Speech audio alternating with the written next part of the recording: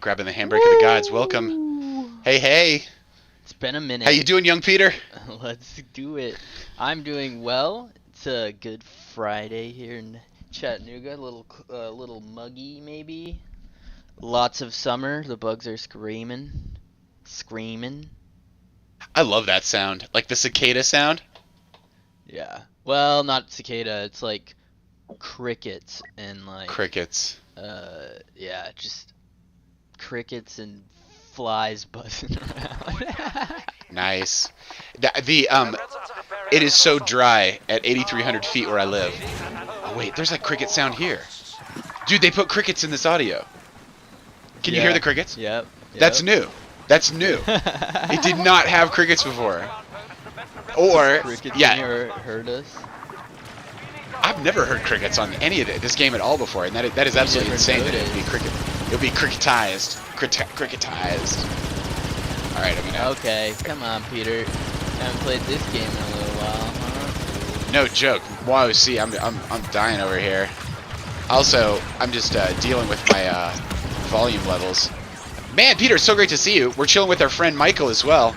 Yep. Michael's got his sweet puppy. And Norm. Michael and Norm rocking it out. We got Norm in the house. Norm in the Yo, house. Norm. Hello, sweet Norm. Hello, sweet Norm. If you're watching this in the future, send Norm love and light. Little puppies are sensitive to energy and don't have a strong ego. Yes. Just like babies. Yes, that's true. Yeah, he was a little Yeah. To- Eventually, he was a baby. He was a baby. when my wife takes pictures of our cats, I can feel a difference in them for a while people are looking at their images. Sometimes when I'm saying I say prayers for our cats before I go to sleep, our family and our house and just everything. And sometimes I'm praying for the cats and I can feel this is an assumption on my part, but I feel like there's a little lingering connection between them and somebody on the internet. It's like just looking at their picture going, oh, that's a cute little kitty or whatever, you know. Yeah. Some people are unaware of their effect energetically on others and could inadvertently, you know, try to perhaps pull their energy a little too much or something along those lines. give too much to the kitty love. Well, giving cats love get a is lot never, of love on the internet. you know, giving love is never going to be a problem. But what happens when giving love becomes, I want to take this with me? That's what I'm saying. Like this has to be with me now. This, You just think it's fine that it's on this little screen. Yeah. Now this is gonna come with me. It's gonna be here with me when I'm eating cereal. It's gonna be with me when I'm mowing the yard. Oh, Rihanna, defending A or yeah, I'm on A. I'm a little out of zone here. I overshot it. That's a cool observation about your cats. I lost it a little at the end, but at the beginning. I'm gonna adjust some sound situations here. I'm gonna turn my sound way down. Wow. Okay. Okay, I can hear you. I think I can hear you better now. Whoa. I think that one day we will understand health to include, I guess, go with consciousness here, or like the subtle energy of the body. Like when you go to a place that's really beautiful and pure, do you ever feel like you absorb the beauty and the purity of that place? Like, I noticed this when I moved to Hawaii when I was in my 20s, early 20s. I moved to Hawaii, and I moved to Kauai, which is the place of the earth that gets the most rainfall. It gets 430 to 450 inches per year, which makes it the wettest place in the world. And because of all this awesome water and sunlight, it makes crazy next level plants, like Amazon jungle level plants.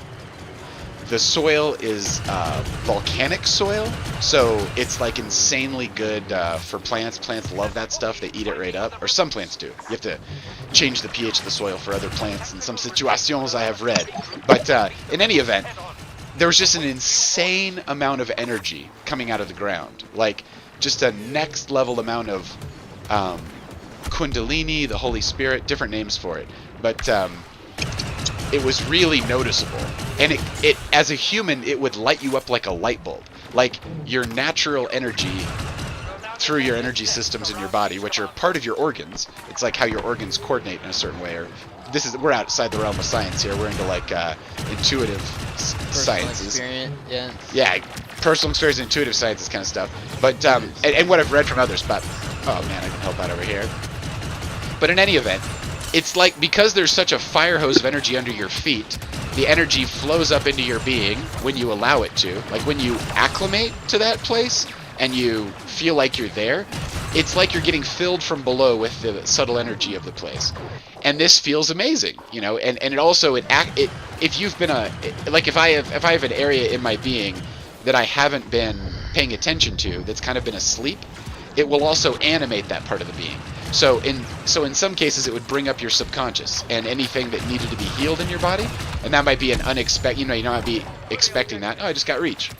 But in any event, that's where I felt it naturally for really intensely when I was in my early 20s, and I think that happens on a subtle level with the internet as well.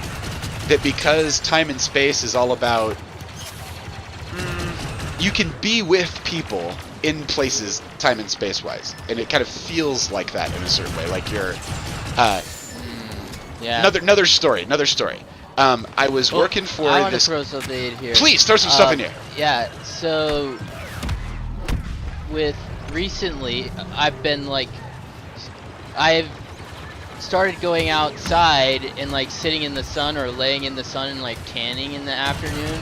Like take a little like 30-minute nap and like try and like flip over, you know, or something like that in the sun. Yeah. And I get done with that and I can like see so crispy when that's over, and like I feel like so rested, and my brain gets reignited as well, and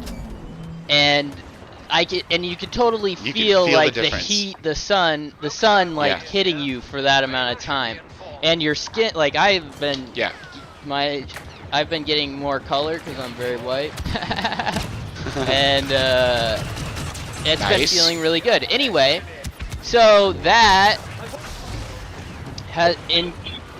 also Bailey has gone over to Colorado and is in Denver Yeah. for a while, and one of the big things she's noticed since she went out there is that even though it's cool or there's a nice breeze, the sun feels like it's beating on you compared to out here. God, yeah.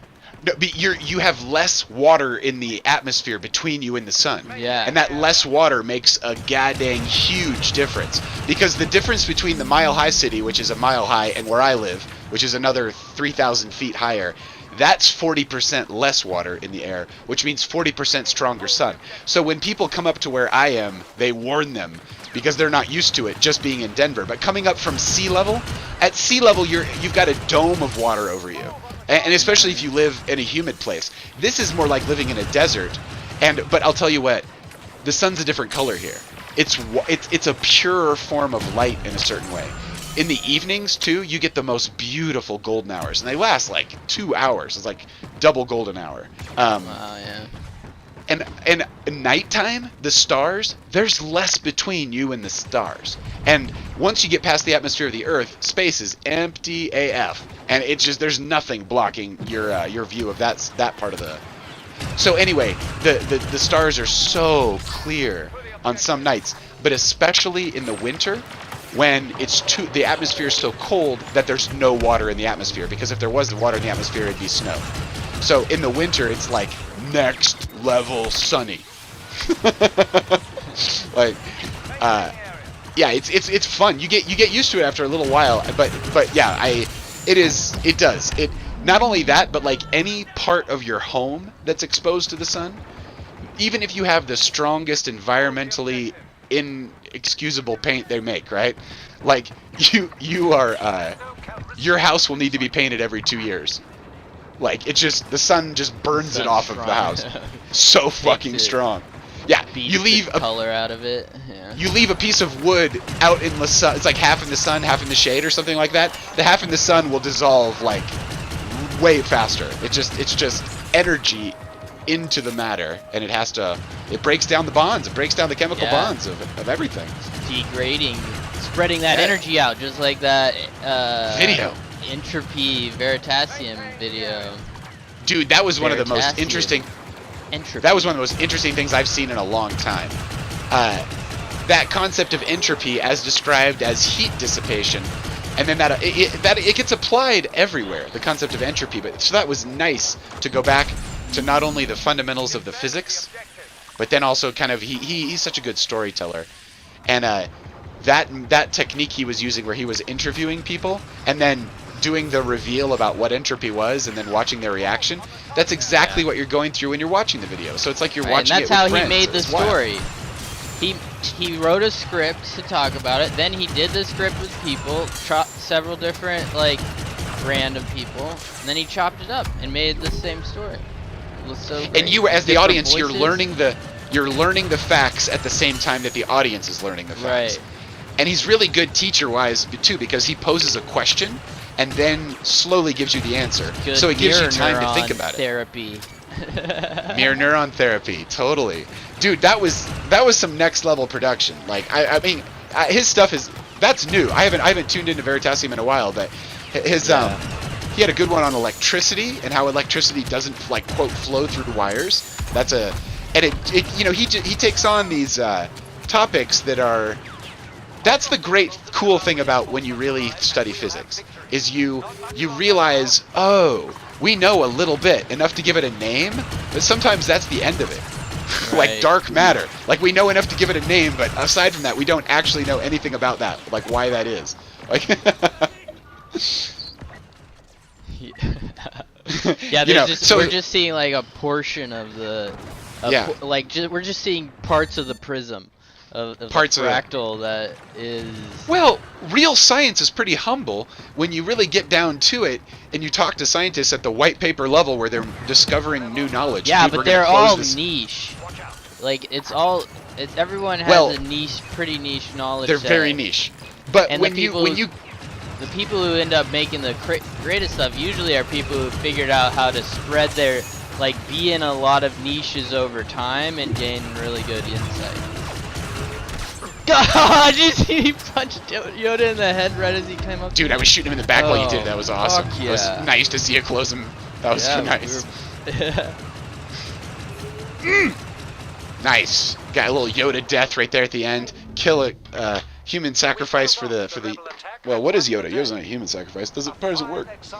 Probably not. They're like, whatever maybe. God is like, I don't take these kinds of souls. It's like trying to pay for pesos at a, Script. in San Diego. You're like, no, not pesos here, buddy. Dude, I had the lowest score. I was just like, how does this game work? Like, how's it all get put back together? Oh my God. Yeah, man. I'll tell you that commercial story when we kick this thing back in.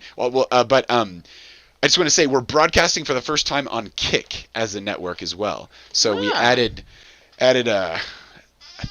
technically a 10th channel to our broadcasting empire here. Kick is pretty smooth. I was just checking it. Looks pretty good. Looks pretty good. Yeah. We'll see if they have, since it's our first day and our first time broadcasting, we'll see if they have that sometimes TikTok hacks your engagement when you first start and puts your content in front of an abnormally large number of people and tries to push you to the 1 million user mark fast. Like within, they did some kind of evil study that showed that if they can hook you with that many follows, likes, and watches and that kind of stuff right at the beginning, they can sort of get people to become TikTokers. So when someone starts off, they encourage them to make, and they push you to 1 million. And then it's like, oh my God, 1 million people. It's like, I'm going to change my life. I'm quitting this day job. Or whatever. Yeah, that's how they sink people into these platforms. They actually treat them nicely. And well, like you get, like let's say you went to a party and there was a big party, 500 people at a party. It's like a Gatsby party, right? And you walk in the door and you don't know anyone, and like the host puts their arm around you and is like, "Hey, everybody, it's this person, here, get up on stage," or whatever. And they shout your name and chant your praises, and I'm like, it's like, this is the best party ever. Everybody should come to this party. Yeah, they're trying to do that like at scale, pushing all the eyes to one place. Yeah. Yep, these are attention aggregators, and the algorithms are designed to. Okay, let's get back to that subtle energy discussion, because I find this to be a fascinating discussion, because I'm probably a little more sensitive for whatever reason than some people, because I note this a lot more. Here's the situation. I was working at this college, and I had some minor acting experience. I took some classes on acting in college, and I did some acting in high school, but never pursued it like the craft you're supposed to pursue it as, right? But I did have fun, and I did some minor stuff, play-wise, and it was fun. It was super fun. So they were shooting a commercial, and they needed someone, and it was my first day in this new job, and they asked me if I would come and do this commercial. And they wanted to make a big deal out of it. They were like, we can fly you back and this and that or whatever. And I was like, dude, can we just shoot it while I'm here? I'm here for 3 days. And they were like, sure. And so I went out and bought my costume, just at some store. And then I showed back up a day or two later. And we shot the commercial 700 times. And then they cut it into a bunch of 30-second commercials for each of the regions where the school was in. So, this commercial's on my LinkedIn page. If you, I still have it out there, but it's silly. It was me being silly, and I got the people that I was interviewing to laugh, and it was goofy, and that's why we did it 700 times, because it was super fun to do, and we just kept doing it and doing it and doing it, and they got great takes in that many number of takes, which is kind of a hack. But in any event, that goes in the can. I meditate and pray regularly, so I'm used to the level of psychic email that I get, the amount of inbox requests from the universe, right? You'll be out and you'll think about somebody because they're aggressively thinking about you, being like, God dang it, this or that or whatever. or it's positive. It can go, love transmits better than concentrated negative energy, but we tend to notice the concentrated negative energy a lot more, I would say.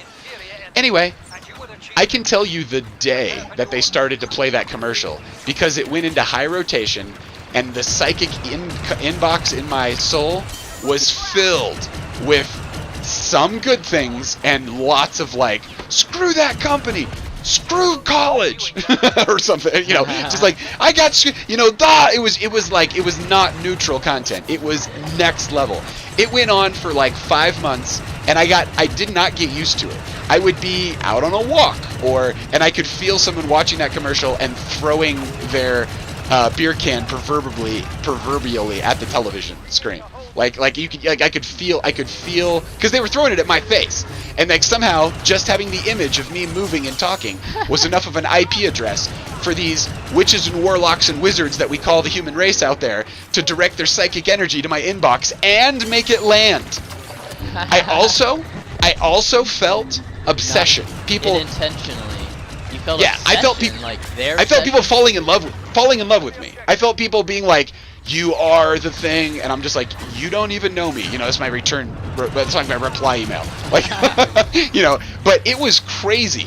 So when they asked me to re-up, and they were like, that was one of our most famous, popular commercials. Like, that actually worked. They were like, I explained to these conservative Mormons about psychic email, and they were like, I'm not sure they believe me, but I also told them no in no uncertain terms. Yeah.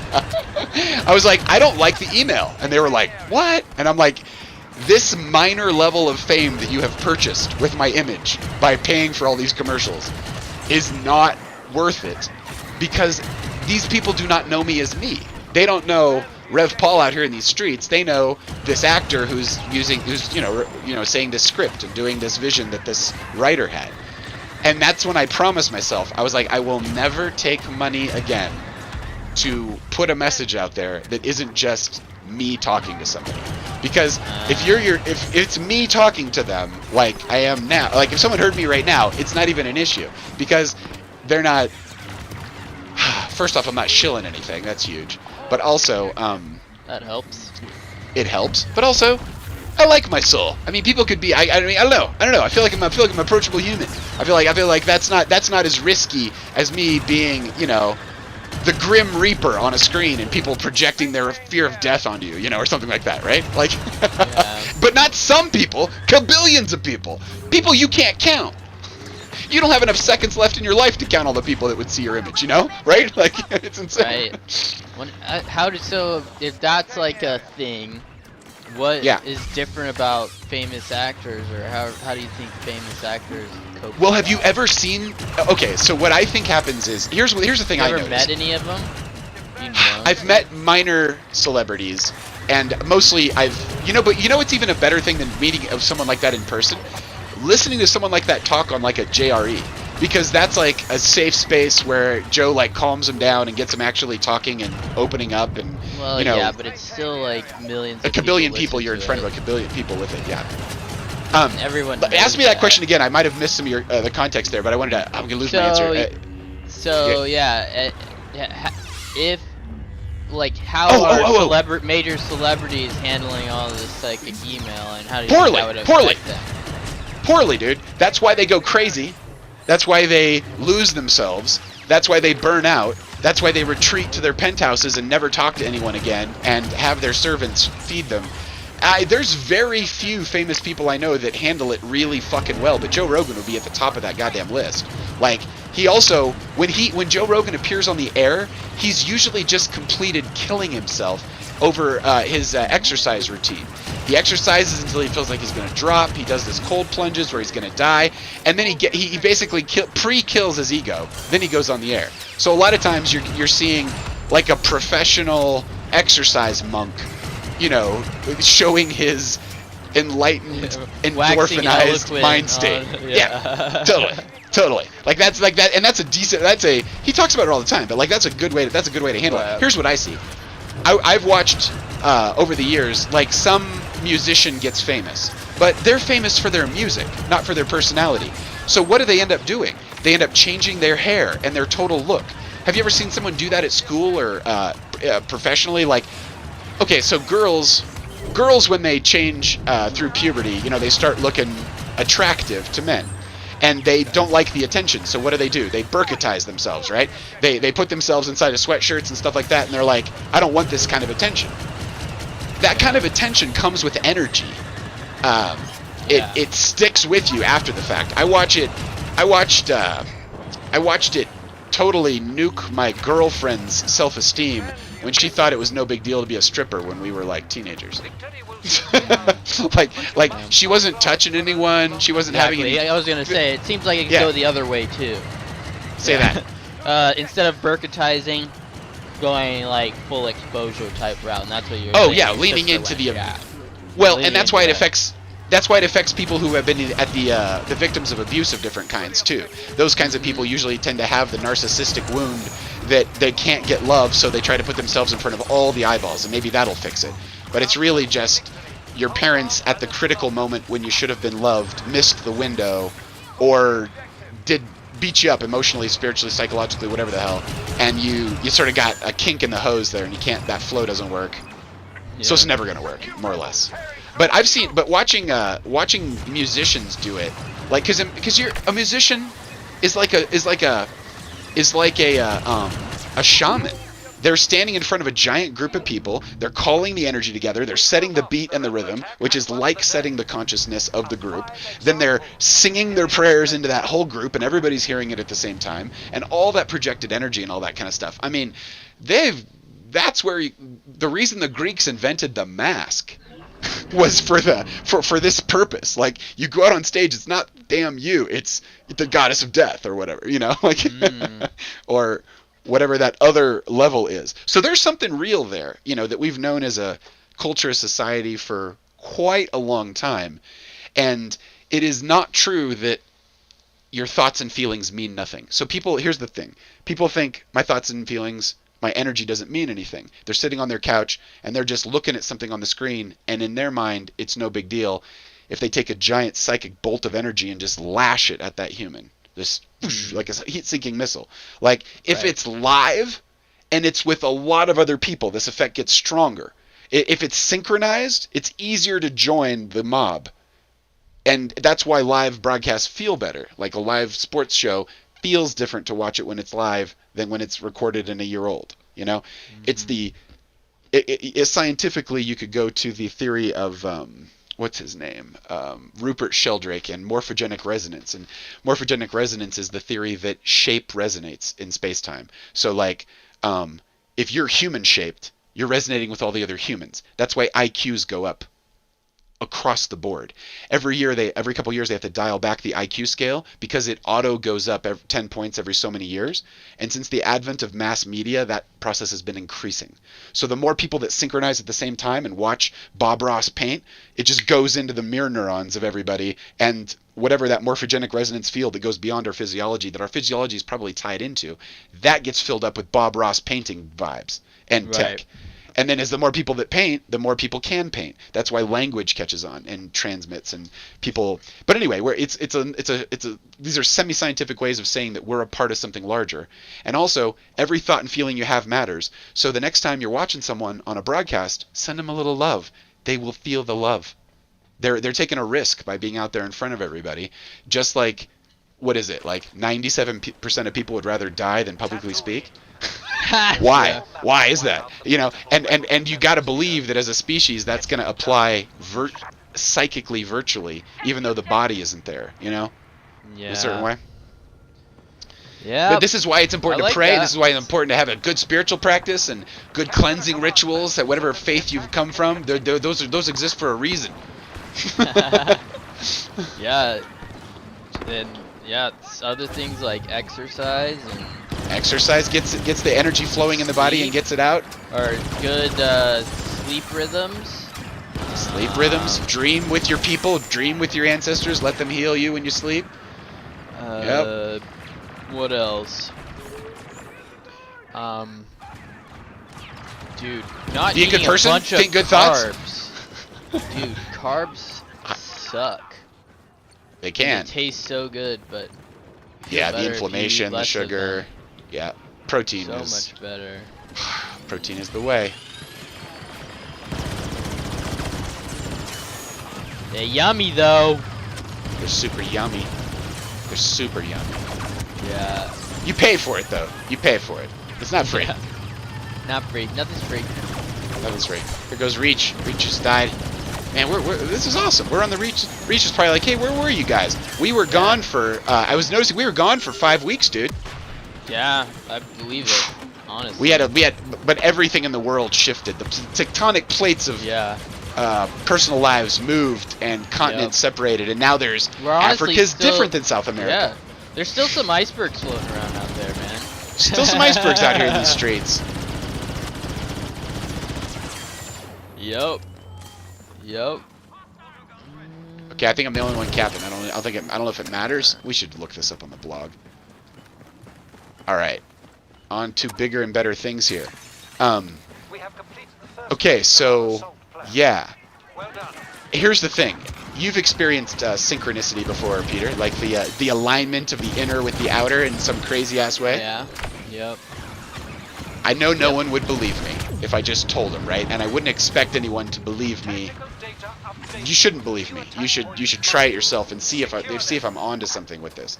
But I've been onto this vibe for a while, watching the internet kind of come around, and when there's just 7 people on a YouTube stream, the effect can be extremely strong when it's small numbers, like a small group. But I've also seen it happen with much larger groups. I'll see someone broadcasting, live or recorded, and I'll see them struggling, and I'll say a little prayer for them, like they were my fam. like that's my person, and it's my responsibility to make sure that they're gonna get through this. I have that level of feeling in my heart for them. This is usually the prompt to do it, and then I'll say something. I'll say a prayer for them, or I'll think a series of nice thoughts for them, or whatever. And I swear to God, and I wouldn't expect anyone to believe me, they feel it, and they change the way they react to the camera. And it was like I did that in the room with them live, even when it's pre-recorded. So if you're ever looking down the barrel of a camera, and you feel a little positive vibration coming through there, that vibration could be coming from the future, or from if it's live. But people are like, oh, if it didn't happen live, it's impossible. I'm doing something else. It's like, why? Are you that different tomorrow morning at 6 when you're waking up and eating your Wheaties than you are while you're making this broadcast? It's like, is it that different? You know, it's like, and it's like, yes, I wear a strong mask. And it's like that. Sorry, with the I am sorry for you wearing a strong mask. Strong mask. Yeah. Well, strong mask means you're in a prison. If it's supposed to be you, if you're the Wicked Witch of the West and you're wearing makeup, I get it. You're the Wicked Witch of the West. You're wearing makeup. But if it's supposedly like that's supposed to be you, but you're reading a teleprompter, yeah, evil. Or your personality is so flexible that you can selling your soul. read a teleprompter like that. Yeah. Like you're selling the image and IP address of you to another writer, which is hired by another person who says, write my propaganda. Right. And propaganda stories, everything's a story. Is it a good story or a bad story? You know, that's all it is. Anyway, dude, it's all spiritual. Every single point of creation matters. The universe taught me this lesson about who I work for and who I didn't work for early on, and I was grateful for it. And I have been a happy, free soul since I learned that particular lesson. I've also been curious about how you could potentially navigate. Looks like Reaper 712 is on over the target here. I've been watching this thing. You heard their podcast. That was Field Trippin'. That's a podcast by some guys that used to make a podcast called Stoner Dads. And when they did Stoner Dads, the podcast was small. It was only like, it was like maybe I got in when it was like 300 people or some shit. It was like 300 of us listening to that shit. And then they got up to about 4,000 or 5,000, but then they ended it. And then they started some other projects. And Field Trippin' is a new project. And the way they do it is they do a professional production, like with a camera crew. They get high, mushrooms, edibles, otherwise, and they go do something like watch a Balinese dance troupe or go to the park and shit. And then they record all of that, and then they do a Patreon after party where that's the podcast. So what you get is like a 20-minute condensation of the thing that's very flashy, low attention span, feels good to watch. And then you can watch like the podcast where they actually have a conversation afterwards, which is a different type of content. There might be some people who only want the flashy stuff and they can get that for free. But anybody who likes the vibe that's being laid down gets into the Patreon, and then they get the extended content. And because the Patreon's $5, they don't have to have 1,000 people in there, and then it's $5K per month. You know? Right. 5K per month is 75. That's still not enough for that camera crew. Nope, it's not. Yeah. It's not. That's right. But so they probably need like 20K. 20K a month would get you like 200,000 ish a year after some that'd taxes. be like if you were paying that company month over month, not if you were a one-off. You need some friends that could do this on the side to make it. Otherwise, you have to have money to pay for everything before it started paying for itself. Yeah. Which means you need sponsors immediately, but that's where the Patreon model is so much nicer, because then it's people who are. Do people just this is why Patreon for subscription? Can you like go? I've Yeah, never like you went can on do that. Patreon, really. I just got into one or two, and I keep my eye out for people who are at the beginning of their shit who have a Patreon, because it's fun. It's fun to be a patron. A patron. A patron is like, it's Latin for father, patros, padre. You know, it's like you're a father of the art. So what does a father do? Provides cash and says, good job. You know, and it's like, that's your job as a patron. But there's a two-way chat, and a lot of artists like hearing from the people who are supporting them. And yes, but anyway, it's been very fun. I feel like at least part of what I get out of doing that, being part of a small community like that, is I get to sort of watch the experiment happen, and also watch how different initiatives that the artist makes affects their vibe and their level of freedom and their level of choice and their level of relaxation and all this kind of stuff. You know, it's different. It's different. As a consumer of the art and as a small-time hobbyist producer of such content, I find it to be the most amazing human format for expression. Podcasts where people are just it's a few people sharing their thoughts, and they feel like they're talking to their friends. Ow. This is the way. One-shotted me. Yeah, okay, that sounds cool. Yeah, like to just. So you think you watch most, like, how much content do you intake? I'll give you my top few. Patreon versus other things. Okay, first off, the JRE is my bread and butter. Love the JRE. I will watch most JREs. There are so many goddamn JREs, and I do actually have a job and a life, and I'm married, and that requires more energy than I can watch all of them. But that's solid. It's usually pretty rock solid. What's really good about Joe Rogan is he never requires you to do anything. It is always just shooting the shit. Sometimes you get a physics episode and you have to pay attention. But in general, I can watch that while I am baked. And it is no loss in quality, you know? It is, and also I can watch it in the background if I'm doing something else. And if I miss an MMA score here or there, I do not feel like I missed anything. Whereas if I listen to content that's like, here's how a black hole works, I'm like, pay attention, or you will not know what's got, you know, minute 2 will not make sense if you can't pay attention to minute 1 kind of stuff, you know? Mm-hmm. So anyway, JRE, that's the corner. Stoner Dads was replaced by Field Trippin'. That's a nice one. I watch Breaking Points with Crystal and Sagar. I watch every one of those. Beginning to end, they make about 3 a week, usually about 90 minutes. That is news and politics filtered through 2 lovely souls. And I was there since they started, since they were in the Hill, and then when they went over, I did that one. Dumpster Fire with Bridget Fetisi is a community I passed on. I didn't want to join that one I didn't get drawn into it. She was experimenting with Dave Smith's, or not Dave Smith's, Locals.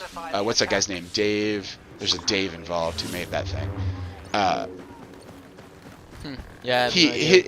Locals. He had a small social media network called Locals, and Bridget Fetisi was one of the first extras besides Dave. It's not Dave Portnoy. It's not Dave Smith. It's Dave Rubin. Dave Rubin. You ever heard his stuff, Dave Rubin? Yeah. He's pretty awesome. What I dig about Dave Rubin, I used to watch a lot of Dave Rubin. The thing I like about Dave Rubin is like common sense gay man. Like, common sense gay man is an amazing human. Common sense gay man is like, I'm gay, but I'm also completely in for the American project. Well, there's that piece of it, but he doesn't bring that part up, which makes him very easy to listen to as a straight man. I know, but there's that energy, you know? It's like... But someone's sex... Everyone has a sex life. Oh, I know, exactly. But they own it. They're not like... There's no shame. Oh. There's no shame at all. That's right. Like, That's right. That's right. Yeah, I see what you're saying. I see what you're saying. Out of, like, yeah. There's like, it's no big deal that I'm gay. I know there's no big deal that I'm gay, so here's how that feels. When someone doesn't give a shit that they're gay, here's how that feels. Exactly. Which is really nice for normalization and stuff. Oh yeah. Yeah. That was the backbone of gay pride in the 90s. About what you like. yeah, totally. Like, there's exactly that being modeled is what got gay marriage legalized. Like, people being like, because when people see that, they go, oh, right, they're just, a gay person is just like a normal person, they feel just like I do, they love someone, imagine not being able to marry the person you love. That's bullshit. Very easy to get people into that kind of a message, right? Then there's the current model of, you're going to lose your job if you don't do what I say, which turns everybody into your enemy and pisses everybody off, and they've lost, I don't know what percentage of people that it's lost, but God bless the Daves of the world out there holding it down with the common sense and the broadcasting. You know, that's the backbone of air. It's nice to see normal people being normal, and that can include gay people. Oh yeah, for sure. Just depending on how they hold, but then again, you know, it immediately becomes, you know, it's classifications and groups, dude. There's good and bad in every group. There's nerds in every group. There's idiots in every group, and so, you know, it very quickly turns into the lesson of no. You got to judge people based on who they are and what they do. They can. It doesn't matter. The package will tell you very little about what's inside these days. Or it'll tell you everything if you watch enough Instagram. I don't know. What kind of culture are we living in out here with this visual culture? Yo. Damn. Visual literacy goes up.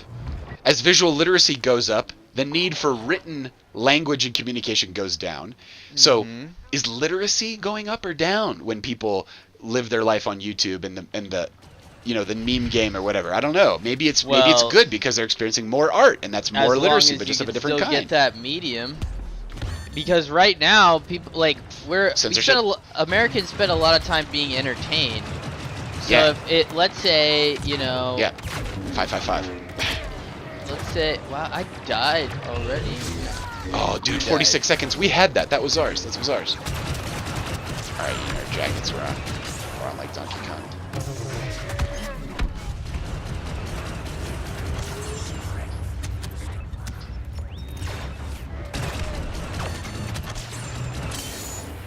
Who's contesting this shit, and where are they hiding?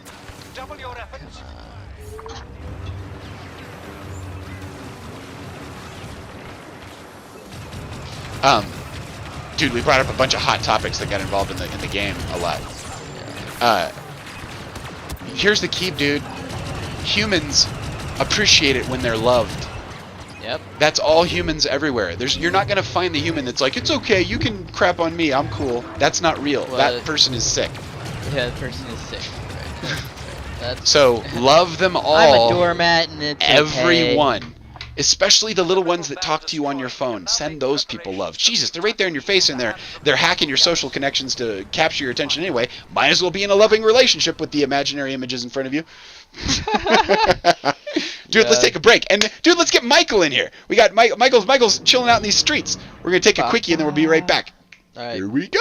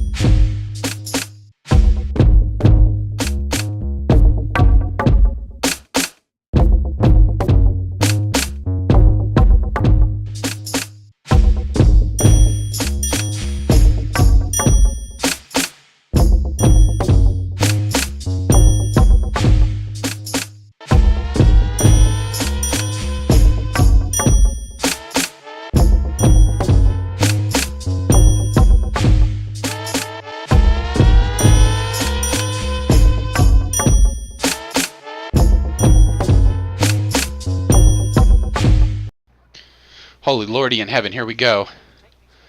Oh my goodness gracious. Hey. Oh god, I reincarnated as the wrong class. That's how out of sync I was with this little box in front of me that makes the pretty lights. Yeah. Dude, okay, so some of the other patrons that I patronize, oh, here we go. Michael, back on that scene.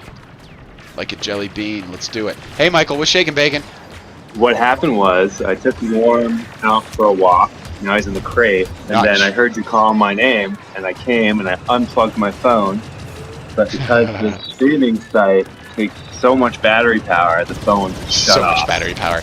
It crushes phones. You are actually next level in terms of however you're getting in here.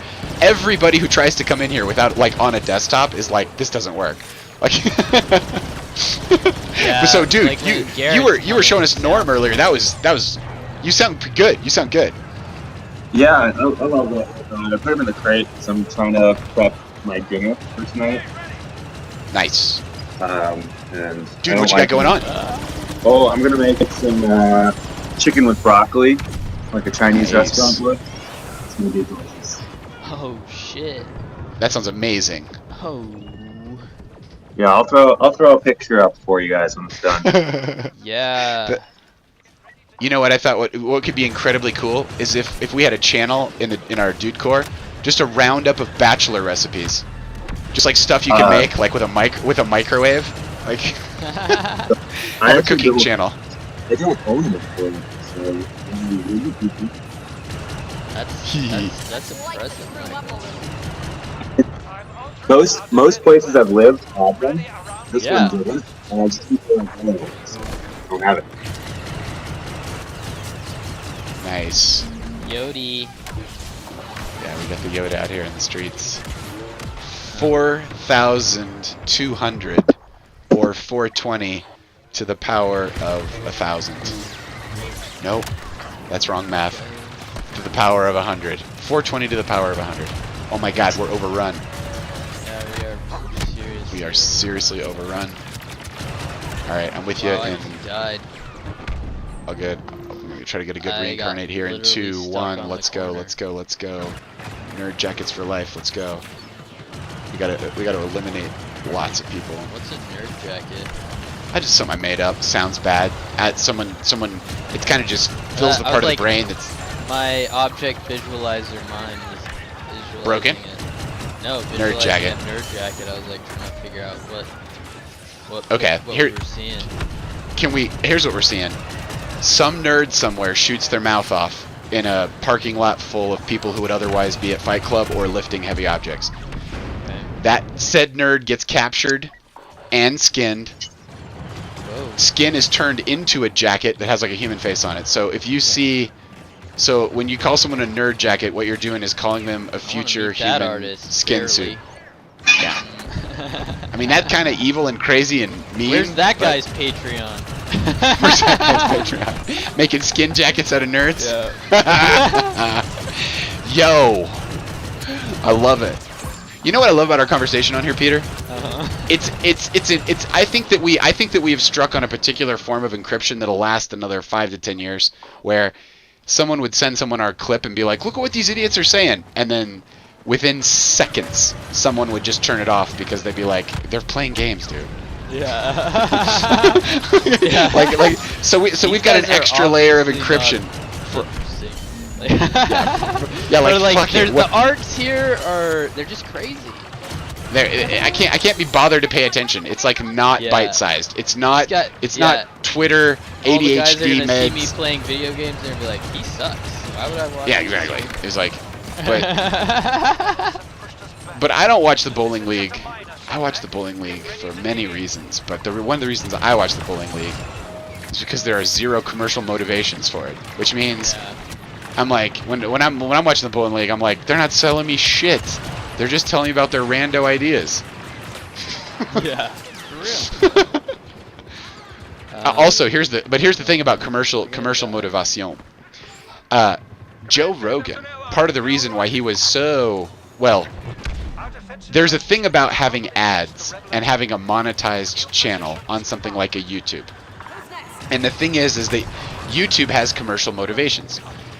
They don't have a thing like a PBS for YouTube. It just, maybe they've got it behind the scenes and you can't see it or whatever. It's just certainly not very prominent. The only corporations that, not the public, like when I was a kid and I was watching Sesame Street. So there's no corporations protecting the commons? That's what you're saying? That's what I'm saying, dude. When I was a kid, they understood that shit, and PBS was like, brought to you by the letter K and the number 4. And it was a joke to all the 5-year-olds out there, because they were like, no one's looking out for your education, little munchkins. That's why we're here. And that landed with me. I was like, that's right. They're selling shaving cream and soda on the other channels, but not on this channel. I'm 4. You know, whatever the fuck. You know, it's like it's like very, very early media awareness is that the reason people make the flashing lights is because they want to sell you the soda pop. But some people aren't doing it. Those would be teachers and artists, and they are on this other channel, and look, they're trying to teach you life lessons. I don't know. I love that. But also, that's the only way that works is with patronage, and that's what public broadcasting was. It was like, let's take some tax dollars and pump it back into education, and we're going to do this thing, right? I have seen so many artists with next level good messages on YouTube, and you go to their thing and they're like, they have 27 followers. And it's like, oh, right, because they didn't switch on the monetization. Once you start switching on the monetization, you start switching on the I will collaborate with this company to sell this stuff, which means that you agree to a whole bunch of stuff on YouTube, but the main thing you agree to is not to piss off their advertisers. So to see people freaking the fuck out on YouTube going, I can't sell my message on here and I can't say my crazy message and get paid. It's like, that's been that way for a long time. It's just wild. I cannot tell you how many years of JRE episodes are poisoned by, are we gonna get pulled off YouTube? Like, Joe just being like, are we getting pulled off YouTube? Like, every conversation, 6 times during the conversation, here comes the crazy thought, we're going to get pulled off YouTube. So it was like, it was very cool to hear him go to Spotify. But it took like 6 months to a year for the YouTube trauma to wear off. Because it is so traumatic to be getting money from a corporation, and then you say something half true that, oops, the advertisers don't care about, or don't want you to say, or whatever. It's like, surprise, money wants to be listened to. And then they get yanked off of, and then they have a strike, and then, you know, their whole YouTube channel becomes about the trauma of YouTube's algorithm. Meanwhile, if you weren't monetized, that would not be an issue for you. But because you're like trying to monetize, that's an issue for you. You know what I mean? Yeah. You have a daddy now. Your daddy is a big faceless corporation that's a goddamn algorithm and a giant pile of cash called BlackRock. Surprise, motherfucker. I have some compassion, and then at other times I do not. Because I'm like, yo, learn a little about the internet. Learn about the protocols of the internet. How might one post an MP4 on the internet without censorship? Think about, like, you know, you watch rain fall and condense in the sky and fall and run down mountains, creating streams and rivers and dumping into the ocean. So, well, how does value get made, and where does it go? Well, and how do we represent value? Well, mostly with money. So what is our combined effort going, and who has the biggest chunks of it? Like, you gotta. And who gets to say? Yeah, who has the say? Who's governing what's happening? What's going on? Well, and this is why, you know, the generations of people that are brought up on Facebook, and they're like, it's not on my Facebook feed, it's not real, etc. You know, copy paste to whatever social media network you think is awesome.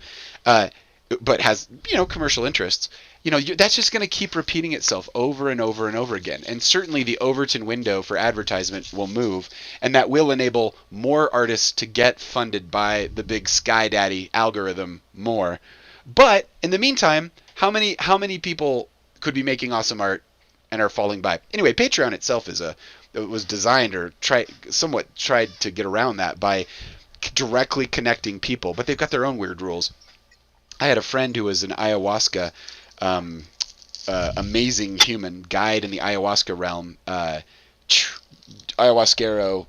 He had done years of study in South America. We set him up with a Patreon, and we set up weird levels, like high levels, and then we got some people to patronize him at these high levels, and they just canceled this whole thing.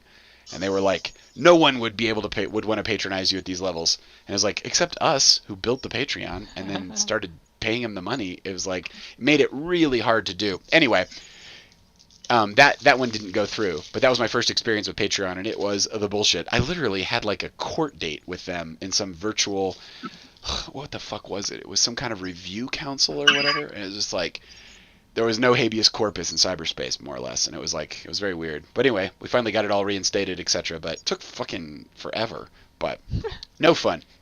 Anyway, creators that patronize on the Patreon.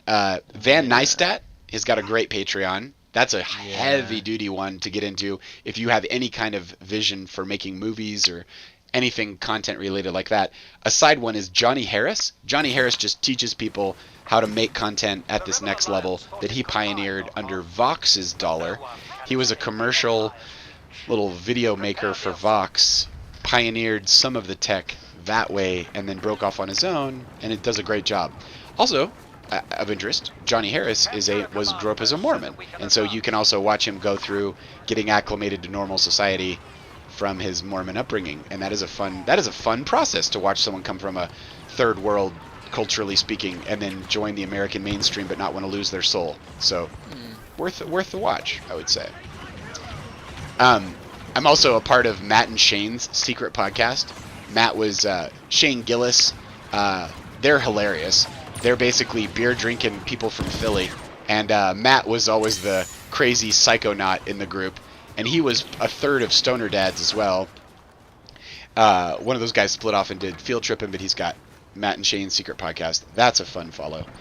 I recently got into a guy named Gordon McDonald, who does that thorium stuff. After all our thorium conversations, I was like, who's out here in these thorium streets keeping it real? And that guy is. He made a documentary about it, and so anyway, I just recently started patronizing his situation. Hell yeah. Yeah, so Breaking Point's on top of that. Breaking Points is a nice follow. That one will keep you informed in a very balanced way. They just celebrated their second year of broadcasting and just upgraded their studios. So it was fun to be a part of supporting that as the upgrade went. And I promised myself I'd do it for a long time, and I never did. And then Jimmy Dore just broke my heart. And I'm a subscriber supporter of Jimmy Dore, so I watch his live stuff. And he's a bit acerbic. That's the word for acidic. Sour? Yeah, he got fucked by the Democratic Party and hates the left, and but he's also right on so many things. You just cannot deny Jimmy Dore his due. I saw him in person. I went to one of his comedy shows here in Denver, and got a little inner prompting nudge to pray for this human. I'll watch his live stuff. Pray for Jimmy Dore. Pray for Jimmy Dore, everybody. Yeah, he's out here in these streets keeping it real. I don't Say it remember again. what the face of this man is. Jimmy Dore? That's a crime. I should post more of his shit. No, I don't remember celebrities that well. I struggle like remembering names too. I'm really bad. All good, dude. That sounds like normal 20-something stuff. Yeah. Also, you're swimming in a different media world. But what kind of do you have any stuff that you watch regularly that's like a touchstone creatively or socially? No. Well. Wow. Yeah, no, not that I'm thinking about the top of my head. I have done. I do keep up with Van Neistat's YouTube, and Nice. I do like the Lex Friedman podcast. And Lex Friedman's amazing. I don't watch all of their stuff, all of his stuff, or anything How could like you? that. I just pick. It's like a college degree every 7 months on Lex Friedman. Yeah. It's like more content than you would get in an undergrad every 7 months. It's crazy. Right, and some of those people are just super nerds, and it's like. Oh yeah. Not like it's like you were saying. You gotta pay attention, or you're gonna. Yeah. You can't casually watch Lex Friedman. Yeah. It's more like if you were between jobs and wanted to up your educational level, watching a shit ton of Lex Friedman would make you sound, especially if you look up all the shit you don't know, you could get a fucking physics degree out of Lex Friedman. Not too sweet. Certainly a computer science AI focused degree. Right.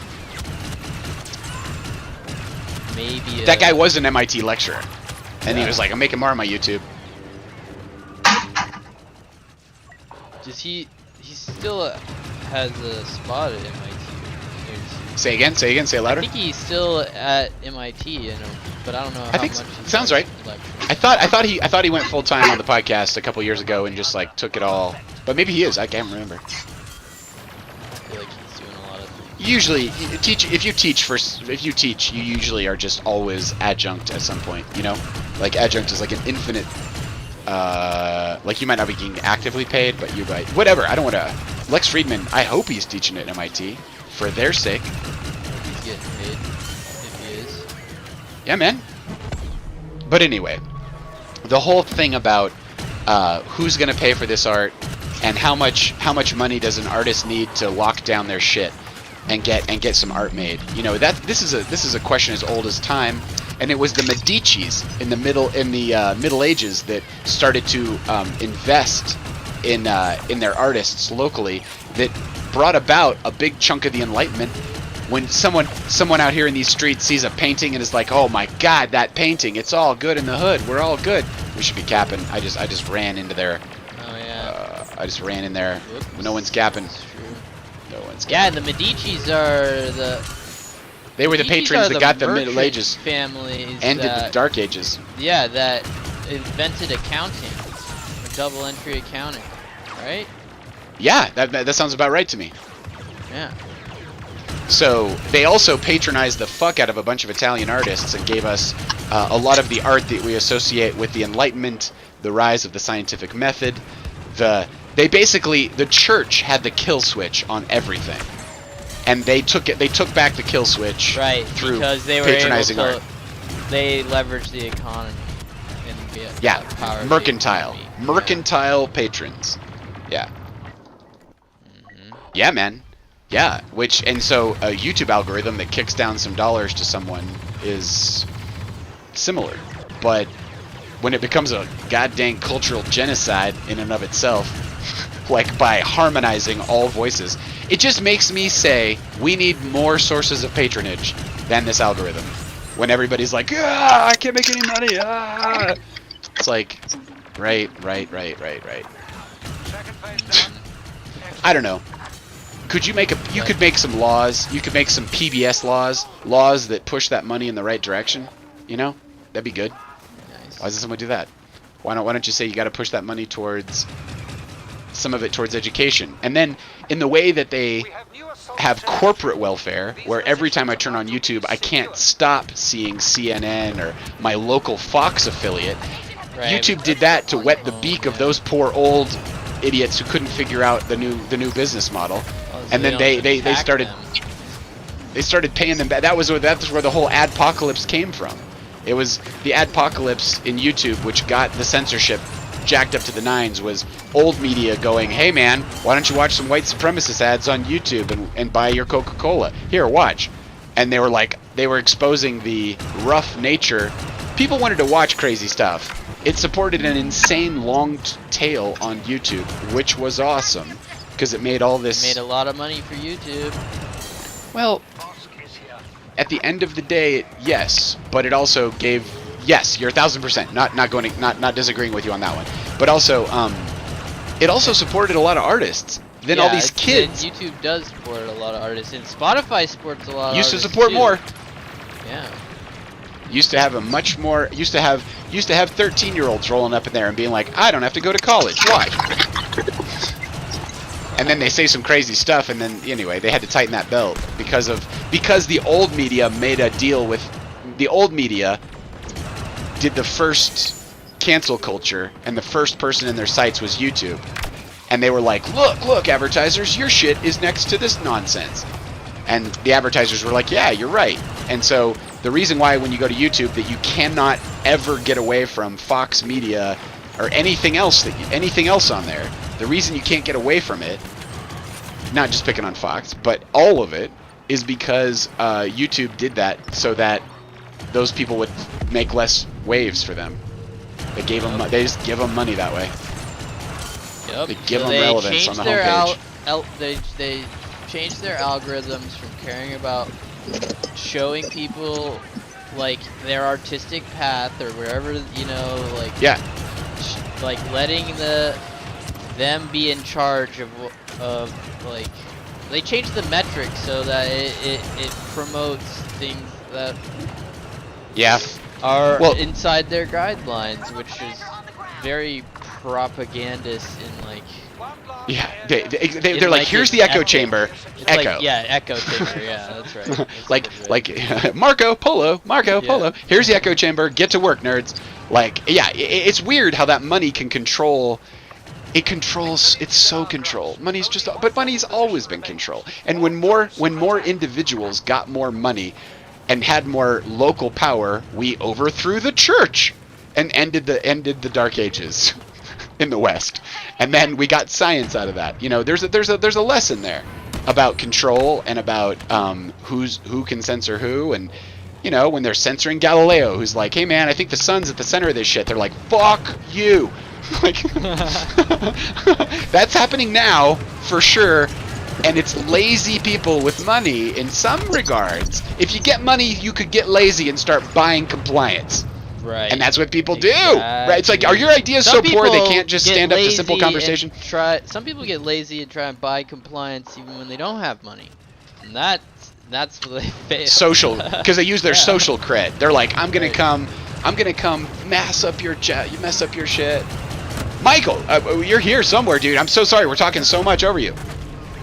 No, I'm good. I'm here. I'm actually gonna bounce.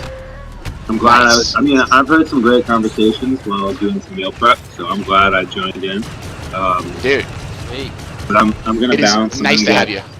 Cheers. I gotta get Norm's dinner ready and kind of just move into phase 2 of the weekend, yeah. Dude, have a fantastic Friday evening, brother. It's so nice to hang out. Yes, dude. Good to see you. Norm. Same to both of you. I'll see you later. Peace. Take it easy, brother. That is awesome. That sweet little puppy. Dude, meal prep. That is something that's not on my list of things to do every week, and that is why that is the easy thing I could add in to get my kitchen food on a much higher level. Well, it's really just eating more solidly good food more often. Yeah, higher quality food more often. Which usually equals meal prep. Yep. Because you're busy. Like, you don't want to break flow to, like, spend an hour making lunch, you know? Well, that's the thing. What you want to do is the meal prep. Then making lunch takes 10 minutes rather than an hour, and you get an hour's worth of effort, you know, because you pre-invested the effort. Oh, that was a perfect grenade, dude. Fucking perfect grenade. That was insane. I don't know what just happened, but those people just flew like birds into the air, and they were very easy to shoot when they were airborne. Airborne. It was like, pull! And the skeet go up. Dude, I think the whole thing where you undervalue art means you undervalue communication. And if you have a lot of skilled artists out here, it's a lot easier to keep your society, it's a lot harder to keep your society in line when you got people who can express ideas coherently and clearly and have an audience in front of them. And I do think that's why you see art's like, you know, in ancient Egypt, art was a state function. It was like there was only one form of propaganda, and it was state-sponsored art. If you were making art out in the streets, you're like, no, that's not something that you can do. So this shit has changed over time. Let's take a quick break, brother. What do you think? Yeah. Take a quick break? Yeah, let's take a quick break. My little brother's trying to call me. I'm telling him to hop on, watch the stream. Brilliant. We're rolling. Peace.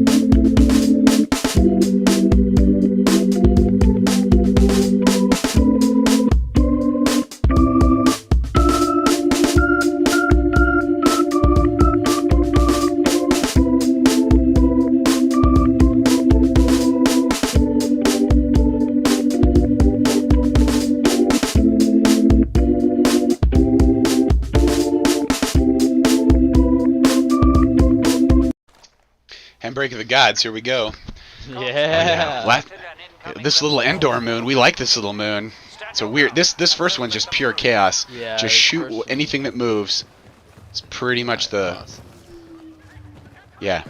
So after I attended art school, I attended several art schools. I racked up a little debt for myself that took me years to pay off through hard work and working 9 to 5s. And watching this process and how screwed up the college aspect of the art education was, and looking how undervalued the artist is in our society, and then watching the rise of the individual artist in social media, it's been a trip, my man. It's been wild out here in these streets. But what I did come to early on, or years ago, was self-patronage. That if you don't want to explain your art to someone and get them to believe in it, / align your art with commercial interests and then do the bidding of that money, more or less, that's how that works, then someone's going to need to pay for this shit. And so being your own patron and also having an art form that's very inexpensive and a lifestyle that's very inexpensive was like a route to freedom. Then I got really good at, so I took on some actual trades, and I learned to be really fucking good in these trades, and I started making good money in the trades. And then there's a bit of a golden handcuff situation with that, back to free time with the art. So it's like, and in any event, my largest prayer in life is to be able to do the art that flows from my soul. Somehow that would benefit people in potentially the same way a teacher benefits people, and they can help people, point them in the right direction and shit like that. And it pays the bills, keeps you in internet connectivity and art supplies. Mostly it. Yeah, need internet connectivity and art supplies, and well, you gotta have like it's nice to be able to travel. Travel is nice. Travel opens the mind, is remarkable. Johnny Harris, his whole thing is travel. Traveling under his mission as a Mormon is what opened his eyes to this crazy cool world out there. And once he had that crazy cool world in his sights, and he made it an art form to like go to other cultures and write stuff down. That's really what his YouTube channel is. Travel as education, as learning. Yeah, I mean, there's so many creators who have been able to just push their lives into a traveling mode and document it, and as long as they keep moving, they keep making money. He has a series of classes under. He has a website called Bright Trips, which is all about this, and he teaches you cameras and editing, and he teaches you all the basics of how to document your. A huge focus of it is how to document your travel in a way that you can convert it into a useful story. And so what you're thinking about your travel as a story, like having the same arcs as a story would have, and how you might plan it. Anyway, it's an enrichment. It's like pilgrimage. It's like transforming pilgrimage into content in a certain way. He hit some intense subjects too. He just did one on how the United States stole Puerto Rico. Next level. He just pulls back the covers and he's like, "You want to see some crazy shit your culture does?"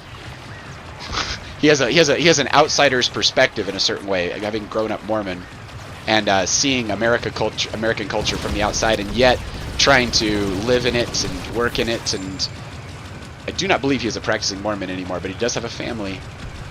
If he does, he practices a light version of it, I would guess. But don't we all? Well, I grew up Catholic. I practice Catholic light. A little bit Catholic light out here. Rules. Oh, you would never want to start Catholicizing late in life. You'd have to be grown up into it, I would imagine, for it to make any sense at all. It doesn't lead with logic, so good luck in our modern world. Yeah. Good luck. Good luck. There's no logic, there's no truth anymore. Well, there can be truth in the heart and in beauty. Yep. And but that does not require logic. Narrative art. Yo, there's narrative arcs out there about beauty. 100%. I'll figure some out. Yeah, no, there are for sure narrative. Oh arcs yeah, about easy. beauty, but I'm saying like in terms of like societal discourse and. You mean it's not making any cash out here in these streets? Beauty's not. Beauty is like slapped on the side of a bottle of lipstick. You know, it's like, it's it's definitely their commercial. They're like, hey, what do we do? Put a hot lady out here. Okay, so why is the lady hot? Oh, because the firmware in the human brain needs to reproduce, and these are all the triggers for a child rearing, but science has hacked it so this human can like have sex with way too many people before she gets pregnant, and if she did get pregnant, her responsibilities would change. We live in a weird time, dude. We're living in a weird time. The firmware and the tech and the culture are not aligned. Yeah. Yep. You know, I was thinking about faster than the culture. Yeah, I was thinking about. God, this is so just like wade into the deep end. But I was thinking about. I can't even remember this. I'm gonna encrypt it. I'm gonna forget who it was in my mind. There it is. I forgot. Now I just have a story. I don't even know where it came from. Encrypted. There was this lady in my story, and she was aware of birth control and was able to use it and was able to have some casual sex with some suitors, and she got very upset. She got upset that these suitors weren't essentially bedding her and like creating a home to like raise a family in for her. And I'm like, that's because you put chemicals in your body that when they made that sweet, sweet love to you, and the next part was baby, you stopped baby. Which was probably the plan and probably a good idea for multiple reasons, etc., etc. But however, when baby shows up, baby takes over, and baby definitely gets houses built. That's why we have society. You need huts to raise babies in, dude. That's why we have huts. Like, it's babies. And so when you stop babies, you're like, I'd like all of the things my brain wants to make me happy, but I want to cut this corner. And it's like, yo. So much of that is just the baby thing, dude. Like, not just baby exist, but baby exists, dad care. Dad protect home, make house. Like, mom stay home, raise babies, smart babies, powerful family, lots of success, big tribe, happy universe. You know, this all gets interrupted.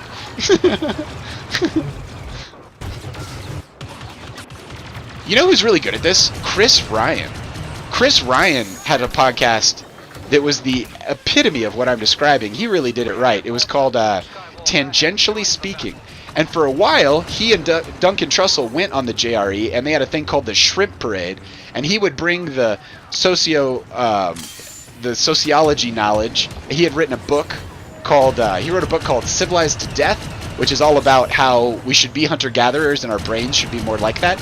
And he wrote another one called Sex at Dawn, which was about the sex impulse and how modern society changes that. And very controversial books. Very controversial lifestyle that dude leads. Great podcast because he just took field recorders and talked to a whole bunch of people. And one of his favorite things to do was to put someone on his podcast who'd never been on a podcast before. So he would just be talking about rando stuff with random people, but it was very interesting. And he correctly intuited that hearing that random day-to-day everyman stuff is actually incredibly interesting, even if it's not edited into a supercut every time. And you might have to actually listen to two adults talk for like 3 hours, and then at the end of that you were part of a conversation. You just didn't get supercutted the data straight into your bloodstream. Yeah, which is a far more. It's like crack versus the coca plant, Like the supercut is crack. Encryption, right? Well, it's a community. It's a style of pattern too. Yeah, it's spiritual. Language is spiritual. So it's spiritual stuff. If you take a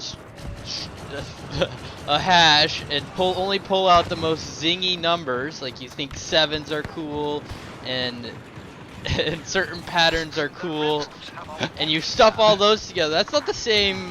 That doesn't get you the same answer. It does not get you the same answer. It does not get you the same answer. That's right. Well, and here's the thing: you're an 8-year-old, and you look into the world, and you see the supercut, and you're like, "That's media," and you're like, "No. The person making that supercut grew up on slow TV. That's how their brain knows how to work." And they were a bridge, and then the kids grow up without that reference. They just grow up with the supercut, and then it becomes yet a further sociological societal mutation, right? And so we're just living in like a mutated soup of speed, technology speed, raising human brains. Here's the point. Here's my point. Babies need love. Love the hell out of those babies. You see some baby in your field? Love that baby. Hold that baby. Look in that baby's eyes. Tell that baby's awesome. Babies need that love, and then start reading to them the moment they can pay attention to a book. And if you do that, you make less criminals, thieves, gamblers, addicts. Just like every measure of human society flourishing has to do with love that baby. So Love that baby. I'm pro baby out here in these streets. You want to give mom a little cash to love baby? Somehow we got to make that happen, universe. We gotta have a society that's structured in a way that moms can chill out and they still get fed and they still are a contributing member of society. They're respected and loved, and maybe they got time for this baby situation here in these streets. That equals a beautiful society, and I think we should pay for that because we have no problem paying for jails. If you morally have no problem paying for a jail, you should just focus on trying to pay for more babies. Expensive correction. Oh, it doesn't even work. It's fucking tragedy. It's a tragedy. It's a tragedy of human society that you're like, no, we fucked this one up. Lock it in the box or it'll kill everyone else. It's like, what? You fucked up, son. You failed. You failed as a society to provide the structure for that soul. You failed that soul at least, Now that soul has responsibility. Yes, personal responsibility. Yes, it's important. But for God's sake, we are social mammals that half of our nervous system only kicks in with other people, so it matters a lot what the motivations and the incentives in our environment are. In fact, it's almost damn near everything if you listen to our politicians. They're like, oh, better incentives, we can fix it all. It's like, maybe just better people, dude. Like, maybe you're a broke person and shouldn't be leading us. Maybe better incentives for public representation. Better ways to get all that money out of politics. Yeah, exactly. So can we patronize our politicians? Yeah, we just pay their salaries and don't allow Lockheed Martin to do so. We're done. Why would the people who appropriate the money for Lockheed Martin also be able to receive money from and perks from Lockheed Martin? Yeah, maybe we should just picking on that one company. We should sell the patronage. Like, let's say you could pay for. I mean, like, how much fucking money does a politician need to make? I mean, they need to be able to buy nice clothes and live in. It depends on their society. It depends on the people around them. So what if their society chooses how much money they should get paid, and then people you could buy their salary for the year, like portions of it, and then and then a few people, and then you would like try and sell to a lot of people publicly, and then they could be held, and then a lot of people could be like, I pay for their salary, and they're part of the community that helps hold that person accountable. Well, as a proud Irish man, trying to talk to me while I'm doing this, dude. As a proud Irish man, I have a lot of violence in my past. My people were fucked with over and over again, and so I tend to get a little snappy with certain things. When I hear that my politicians have sold out my people, it is not unusual. If I would just like, let's hang their whole family.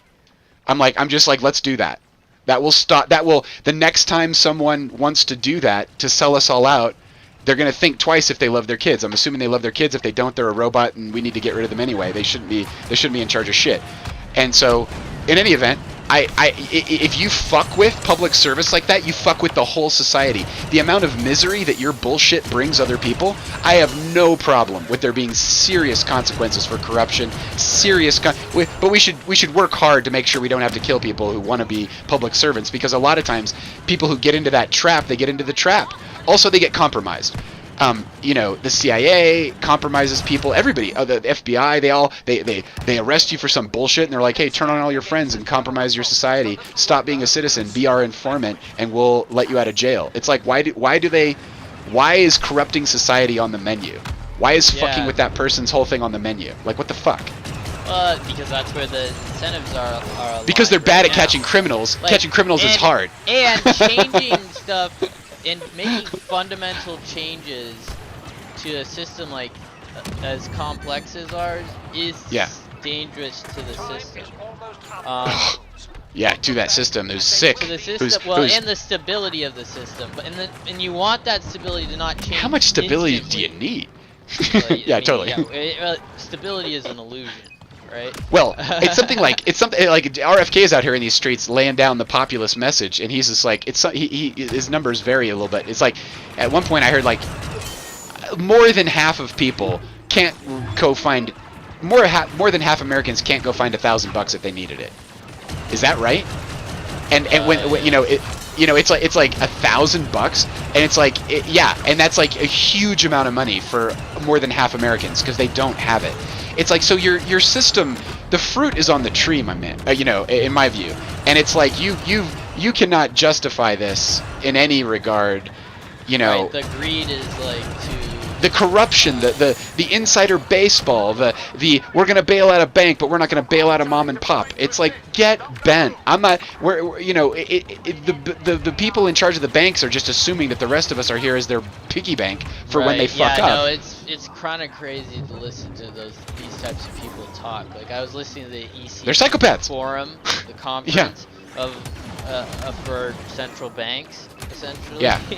And watched a panel with like I don't remember everyone, like all the different representations. Bank of Japan, Jerome Powell. Yeah. The governor of.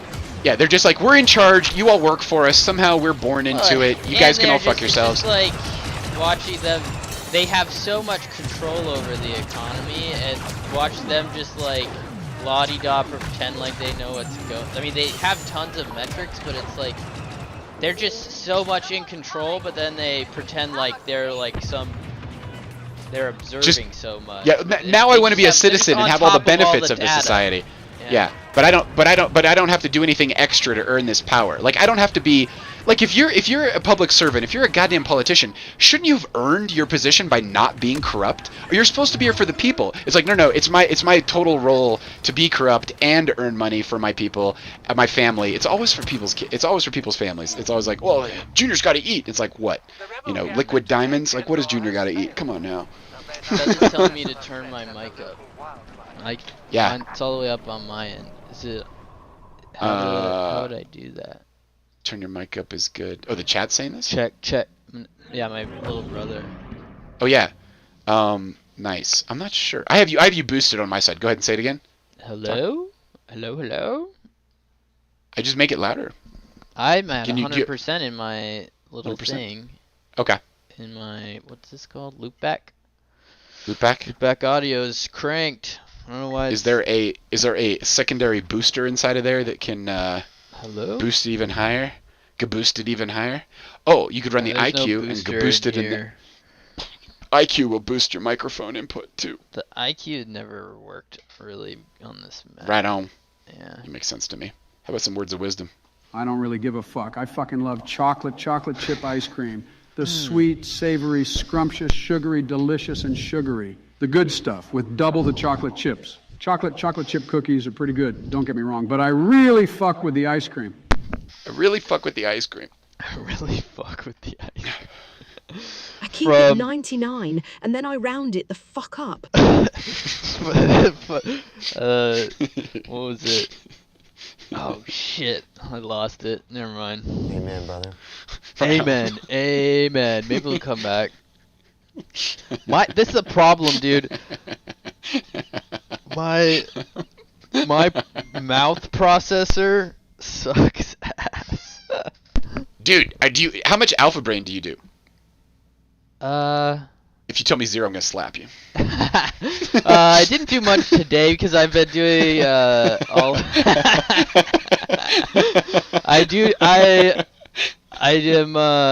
I've been doing this thing called Happy Juice, which has been similar and a little more crack-like, but it's a drink and it doesn't last as long as the Alpha Brain.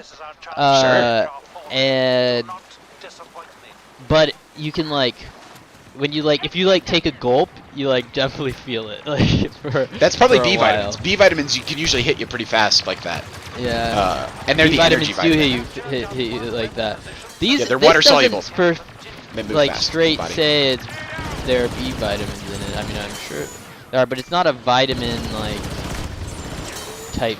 It's not Dude, marketed do you think as a vitamin thing, Do you think Hamilton Morris has a psychedelic chemistry school, like where he'll teach you about psychedelic chemistry, like in one place? Like a secret one? Well, maybe. I mean, I'm just wondering if that dude has a Patreon where he's like, dude, I've got like 8 people and I'm teaching them psychedelic chemistry, and like, you know, we're out here in these streets synthesizing love. That'd be cool. That'd be cool. Well, it'd be nice to know a little bit more about the chemistry. I just, you know, when you going to that psychedelic conference, which was one of the reasons why we did not broadcast for a few weeks, because I was off for 2 weeks. I was just off of the universe. I was like, universe, stop being universe. I'm gonna just be in this pocket universe of my own creation. And it's nice to do that once in a while, because I feel like without that, I don't go back to baseline, and I don't really. The only way I can do the balance of my life is to be able to actually let it all stop occasionally, and be like, that's what 0 feels like. And then, okay, slowly. This is what 1, and here is 2, and here is 5, and here, and 6 months from now, when I'm getting ready to do this, and here's what 14,000. I go to 99 and then I round the fuck up. Keep it 99. 99, and then I round it the fuck up. That's totally goated. It's totally goated. It's totally goated. Fantastic. This taco is the most goated thing I've ever tasted. This taco is the most goated thing I have ever tasted. Greatest of all time. Greatest of all time. Greatest of all time. That's right. That's right. That's right. Goated. Greatest of all time. USA, dude, what? There's all kinds of stuff in here. What else is in here? Getting blazed all day long, just getting blazed. It was dope as fuck. These are some Joe Rogan ones. Because there's rogue bitches. There's crazy bitches out there. There's rogue bitches out there. Rogue I bitch. have such an abundance of these. I have not even. I have a bunch of Leo Vaughn in here, like. Breastfeeding, Theo? but without the breast, you know, sans cone teeth. Sans Conti. Sans Conti. What the fuck is right, dude? Fucking. When you see a butler, you're like, holy shit, dude. That's a fucking butler. It's a fucking That's butler. a fucking butler. It's a fucking butler. Amen, brother. It was a rainy night, and there was a couple of bad boys looking to get into some trouble. It was a rainy night, and there was a. Yeah, the squirrels drawing a pentagram, like things have gotten out of hand. Exactly, that's definitely not good when that happens. Squirrels drawing pentagrams. Theo's a wild motherfucker. Theo is so wild, totally wild. The ocean will rise 1/100% over the next 300 fucking years. That's Trump's view on the environment in that one moment. He probably changed his mind a minute after that and then back again the next. Yeah. Yo, when people are like, Trump this, Trump that, I'm just like, all you're looking at is just your whole political system needs a firmware upgrade. It's like you've got trolls in your firmware, dude. It's like, are you saying, like, no one, I think, believes that human or his family represents us, but so many people support him because the rest is bullshit. And at least he's got the guts to say, it's bullshit. And people are like, yeah, it is, step 1. It's like what? The other ones are Elon like, it's not said, bullshit. I was the born most to lead you. It's entertaining my election. I option- own it. The most likely. I'm from old royalty and blood. It's like, yeah, we had to kill those fuckers to get this country. Do you remember that? Mm-hmm. No. Yeah. And that's why. That's the problem. Sans Contit, man. Sans Contit out here in these streets. Breastfeeding, but without the breast, you know, sans cone teeth. Sans Contit. How do you do that? It's just a metaphor. He was making a metaphor. A silly metaphor. It's not real. It's not real. All I seen in there last night was just a bunch of dudes being dudes. That's all I saw too. Leave it to us. Leave it to churches or bowling leagues. Leave it to churches and bowling leagues, is what Sagar on Jetty was saying there. Yup. You know what? Quite frankly, that might have been one of those moments I was praying for. I pray for Sagar's life, and he was talking about rando, like just mid-America, and he said, Leave it to us. Leave it to churches or bowling leagues. he said that. Bowling And when he said, leagues. yeah, he was reaching for a word that meant the stuff normal people do, and we named our Right. podcast the Bowling League. You know what I mean? Yeah. It's like, synchronicity is slapping you around like a wet fucking fish. This Yeah. is fucked. We're fucked. All those years of work just to rot in this corporate fucking Death Star. Corporate fucking Death Star. That. We're fucked! This is fucked. We're fucked. All those years of work just to Who's rot that? in this corporate That's fucking Wayne. Death Star. That's a voice from a movie, a show called Fired on Mars, which is Oh very yeah, that's what I depressing. thought. Yeah, I watched that show. I was like, Very depressing. It's a very depressing show. It's like everything's fucked. There's no real revolution in that story. Nope. That is the most corporate failed death. revolution. Failed revolution, yeah. Because But- the hippies are Yeah. don't have the guts to kill a few people, more or less.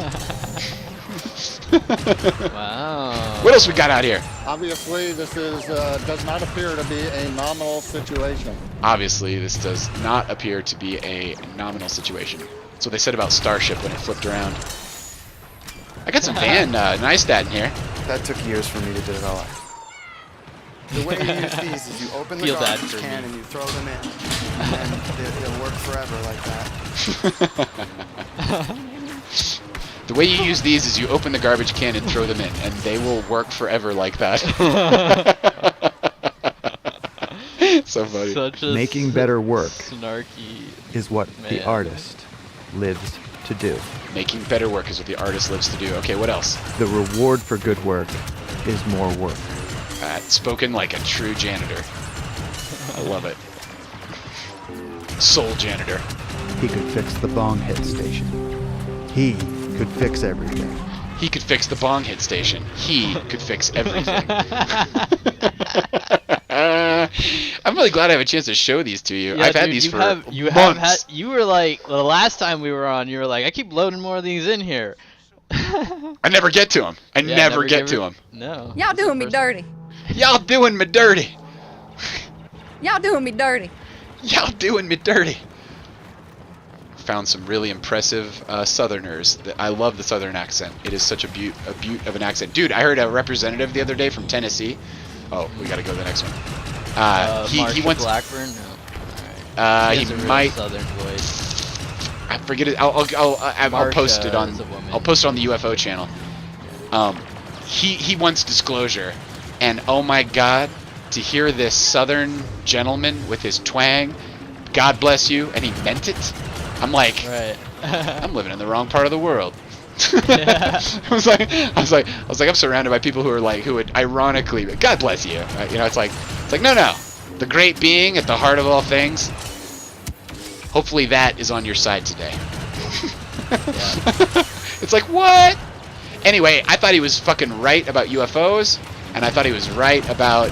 Anyway, so polite. He is and I'm senator just or like, congressman? I think he is every 2 years. What's that? Is that representative or is that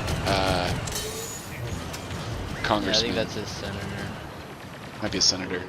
I'll find out. Congressmen are 6 years. Okay, this Right? was not that. Yo no sé. I'm pretty sure. Anyway, I gotta tell you, at several points, this Southern charm was like, he was using this Southern charm to convey that he was being honest.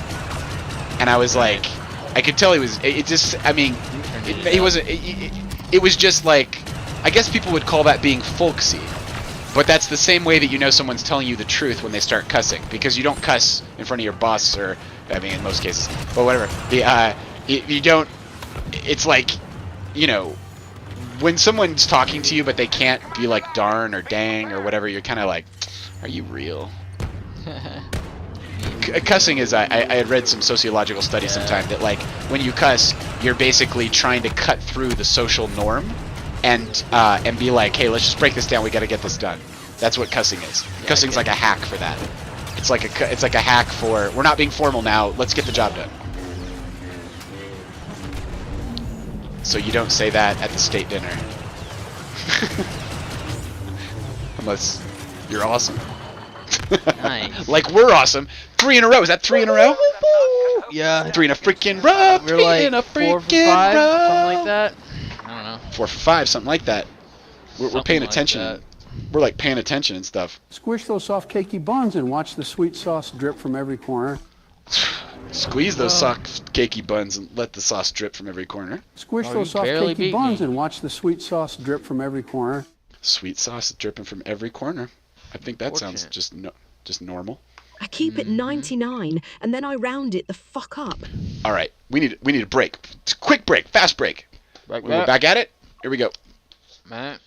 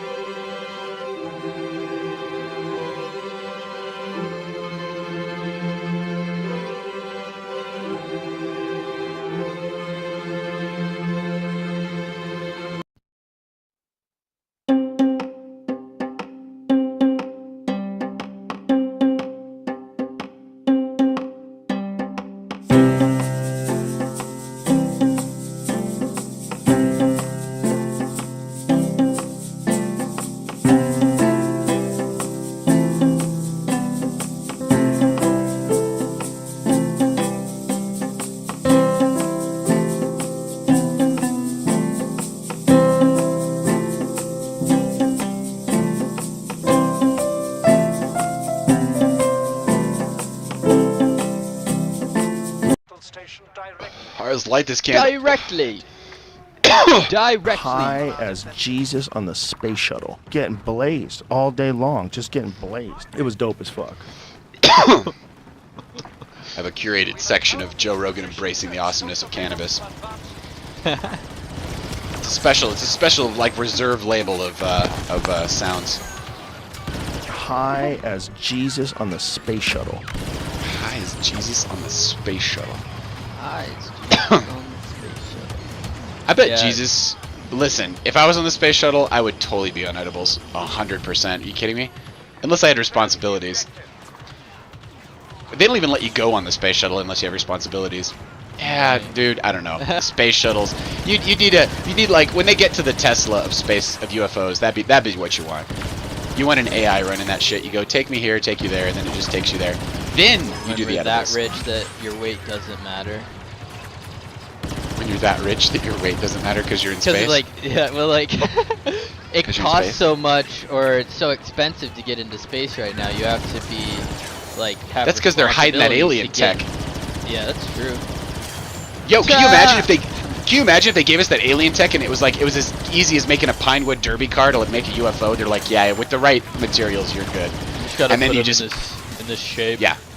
You and your family can just go jump in a dumpster and drag like a little thing the size of a cue ball in there with you, and you can fly it into space. It works perfectly. And you can fly it anywhere. Yeah, it just doesn't even matter. Infinitely. It's like just it's like no in the same way that in the same way that like the mobility like hack. Just slip it through this using these forces that you can't see. Make a gravity 100%. well in front of me and fall in it. Gravity well and fall into it. That's all it requires. You could literally surf the. This is where you're starting to surf the world on a magic carpet. Like you just throw that shit under a carpet as like a Velcro tape on the bottom. and then you got a magic carpet. Dude, maybe that's what they were trying to tell us about. Like, the aliens would come, you can ride on the ship. Like, can I put a blanket on it? They're like, it's weird that you haven't figured this out because we've left like 1,000 copies of this on your planet. Do you guys read anything we leave behind? Yeah. And they're like, there's one room in the Pentagon that has all the copies of the book. You're like, You fuck share God. your knowledge? Nah. Exactly. Yeah, exactly. It's like, that's weird. We just assumed that if we gave you the box that made all the food, you'd just give that to your people, but weird that you didn't. Kind of tells us something about your Weird poor that asses. You said it yourself. Saved it for yourself. Oh, they got A like a mofo. Ah, wow, yeah. They're taking it home. They're taking it home.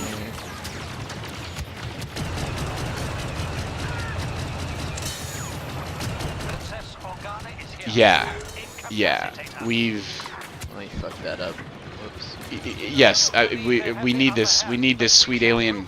Dude, let's get the everything box, the matter replicator box. You know, let's get the box that can turn raw atoms into whatever refinement you need. Let's pass that out and make rice for everybody. That's the replicator box. Yeah, man. Like Star Trek, where they have the machine that can just make stuff. That replicator, Jean-Luc Picard's like Earl Grey hot, and then boom, it like hologram. Like our universe is a hologram. It bends that around, turns just raw energy, which they can make a quadrillion, all kinds of, because they got a great engine. It turns that into whatever matter you want. So but it's real. So it's you like have real. To solve the energy problem first. Dude, that's where that thorium. You're gonna love that thorium stuff, because like once you start hearing thorium nerds talk about thorium, you're like, the energy problem's been solved. It's just our political problem hasn't been solved to distribute this knowledge. Because like if you got the thorium out into the streets, the price per kilowatt of energy, the lower you get that, the better the poor do. Because if you had infinite energy, the poor could do what? Heat their homes and run Bitcoin miners all day. I mean, they could own Well, they could do. Yeah, but that's right. You could do higher energy proof of work blockchains to to prove decentralization. With thorium terawatts of energy pumping out of a thorium reactor. If stabilizes your currency. If energy is not a problem, you can make far more energetic systems. But the poor people benefit the most. When you lower the cost of energy, poor people cool off their homes and don't die, purify their water and don't die, educate their kids. They defend their property with laser guns if you gave them enough energy. It's like it's this democratizing power. Free energy equals lots of democracy. Like lots of energy equals lots of democracy, because if you're not fighting over food and you're not fighting over basic resources like that, you do have the foundation of a good democratic situation, But limiting the food and breads and circuses, the control of all that's like statescraft from that's like Middle Ages statescraft still in effect. Right, that's just controlling resources, greedy to keep other people from prosperity, so that they're more scared than you. So What throne of lies are we sitting on that we must defend? I do not want to defend the throne of lies. I like that we're free. I like that we have the Second Amendment. I like that we can hold back invaders. I mean, do we have to professionalize defense so much that the military-industrial complex just keeps dragging us into war after war after war? Like, because it can't figure out its business model? It's like beyond blowing shit up? Like, God damn it. Well, like, you need you need an army incubator or something. I mean, I don't know. Well, do something with these soldiers. Cool tech attracts rich people who want to spend money on it, and then entrepreneurs want to sell lots of it, and then they find people to help them sell it, and then they find people who have money who want things done, buy it. So it's like never the same people. It's just a bunch of people like kind of in this cycle with each other. Well, it's like, okay. Do you listen to that? Do you listen to Garrett's plunge? Do you listen to Garrett's plunge podcast? I need to listen to more of it. Oh, let me point you towards a sweet ass introductory episode. It's early on. It's like the first 9 or 10, and he has a friend who is a gold miner in Australia, And here's a fact that was brought to my attention through the Plunge podcast with the great Garrett. And it goes like this. Think about where all the money is in the world. It's in kings and queens' treasury rooms. And that's why progress is so slow, because they're not good at investing these resources. They've essentially investing hoarded is hard. Like, invest. Yeah. Yeah. Shit. Investing is hard. Okay, so then they discover gold in Australia, and anyone who shows up with a shovel who also gives a shit can pull out the gold, and then you're just like the kings and queens of the world. And that this is the start of entrepreneurialism, the distribution of money. That the money just can't be hoarded in one place, and new wealth is introduced, right? And the kinds of people that grab that new wealth want to change society, so they invest it in new organizations and groups that basically promote the ideas of individual freedom and that secure laws and countries that secure this right to be able to invest in these companies that don't have to have the king's blessing. Not everything's by the kingly or the queenly fiat. There's more than one game out here in these streets. I just think it's bullshit that they put the kibosh on crypto, because here's the bullshit of the Federal Reserve, right? Dude, who the fuck says we have to have one currency? One currency that they can manipulate and spend on wars and black box? What the fuck? That's why that ECB forum was like super clowny to watch. ECB? It was in Greece, and it was a panel of 4 heads of central banks around, like the big 4 central banks. Oh, damn it, they got that in. Yeah. And you should post that link. Yeah. And they were on a panel being interviewed, and the girl was asking hard questions compared to the fluff shit that they buy from the media organizations that they own. Yeah. But it was still CNBC. Corporate media, dude. 80+% funded by the left and the right big, of the stereo sound. The left and the right of the stereo sound was like off by just enough that it was just annoying. I decided to listen to it while I was driving, so I could just like turn on one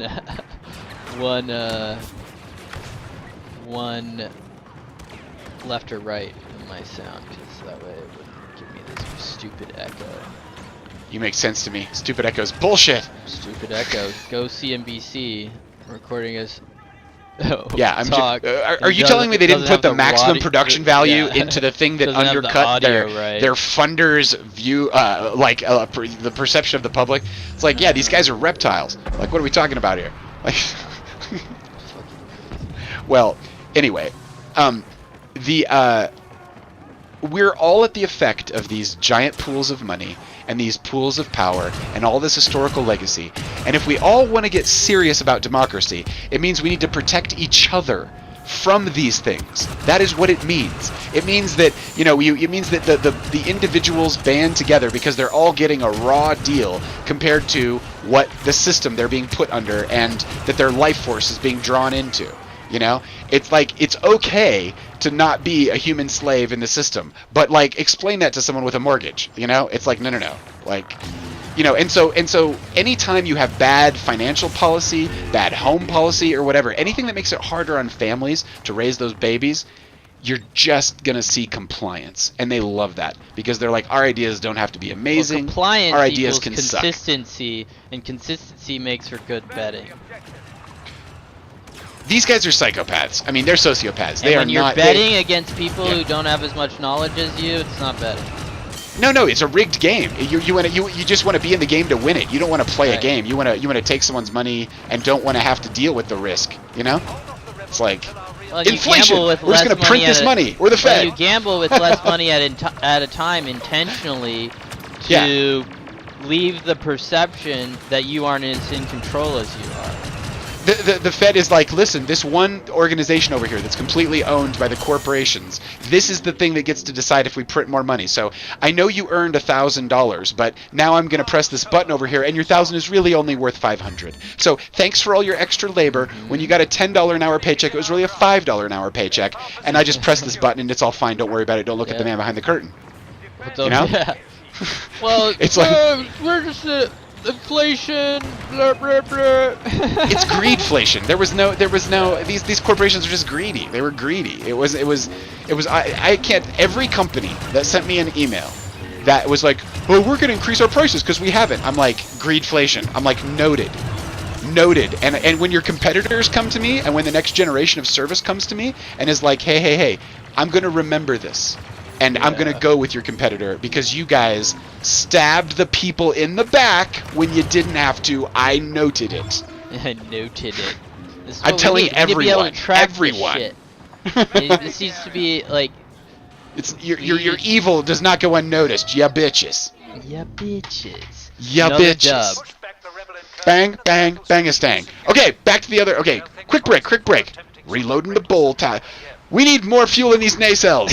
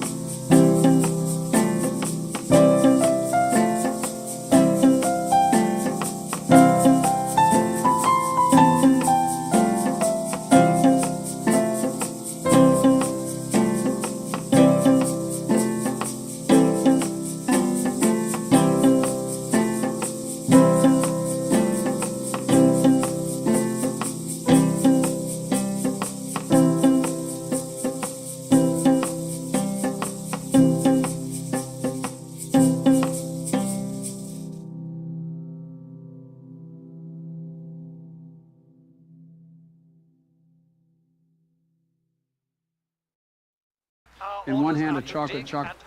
I have 5 fingers. 5 fingers on both of my hands. I have 2 hands. In one hand, a chocolate chip ice cream cone. And in the other hand, one of those AR-15 fully automatic assault rifle things with the extended clips. It's not just ice cream to me. God bless America. God bless America. I got 2 hands. I got 2 hands. I got 5 fingers on each hand. You gotta admit. Oh my God! Here's the biggest burn. Biden only got cool because of the AI wave. Because of the deepfakes. Biden got cool because of the deepfakes. Totally. We choose truth over facts. That's not a deepfake. That one is not a deepfake. You're a lying dog-faced pony soldier. But this is. I was swiping on Tinder the other day and saw a chick with the biggest fucking booty I've ever seen. God damn, that shit was huge. I could barely believe my eyes, man. Shit was actually fire, but I didn't really give a fuck. Remember to keep it real and vote for me in 2024. Remember to keep it real and vote for me in 2024. That's because this chalk that up to that could be an entire right there. God bless America. Patriotism facilitated through AI. Yeah.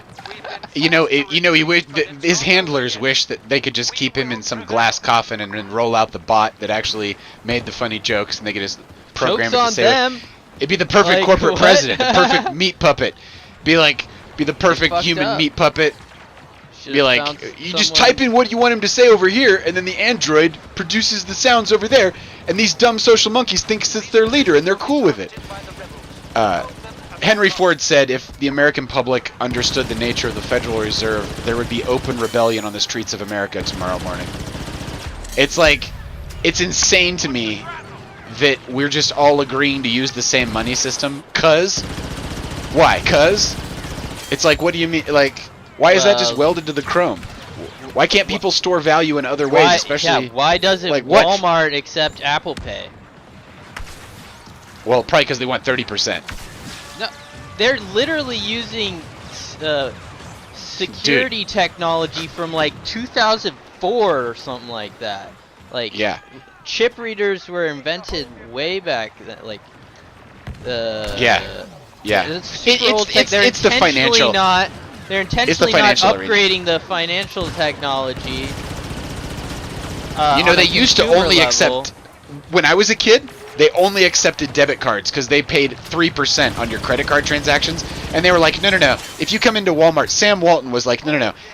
Come into my Walmart store, you can pay in cash. It works fine, and or you can use a debit card, which costs us $0. But we're not gonna bend over for these Visa fucks and these MasterCard fucks and pay them 3% just for the pleasure of you guys not using cash. That was like them in the 90s. Yeah. That makes sense. So anyway, I am guessing, but I would guess that Apple wants a slice that's a little too aggressive based on the Visa deals or the. There was a They card don't even have called Google Pay. I'm saying they don't even have Tap Pay. You know what they also don't have at mine? They don't have Tap. They don't. Bags. They don't. Check this out. You're in a silly state. Colorado passed a law. I voted against it, but Colorado passed a law that said no more bags. Everybody brings bags in every time. So now when you go to Walmart, they were just like, that's a stupid law. So they took out all bags. They're like, we're not going to play this game because they have to charge you. You go into like Home Depot, and Home Depot sells you a box of nails, and then if you put it in a bag, they're like, used one bag, it costs 10 cents, and they're just trying to disincentivize it. Right. They're trying to make it cost money to make a bag. Taxing it. Yeah, which is fine. It just I've been bringing bags into stores for years. I just never brought them into Home Depot, but now I do. It's all good. And but you can deal with it. But it's also annoying to tell a company, hey, you got this big warehouse, but you aren't allowed to give them anything to take it out with. So the last thing you want your customers thinking about is, I could buy it, but I have to carry it in my car, so I don't want to. No. You want them to give you that, buy that stupid thing they don't need quick, before they have a lot of time to reflect on it, And you just made it harder for that to happen by law. It's a dumb law. It's stupid. And not only, but anyway, yeah, they're just like, no bags. Made it harder. Fuck it. Yeah. Yeah. They're just like, it's a total FU. I think it's cool. I just bring my bag. Why did they invent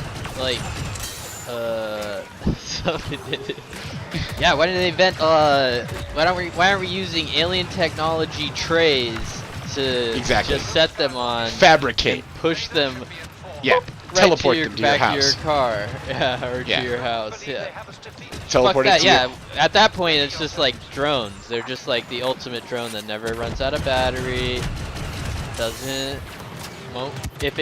It won't crash or anything like that. It's made out of metal, not some stupid plastic. There's this book called Hyperion by a guy named Dan Simmons.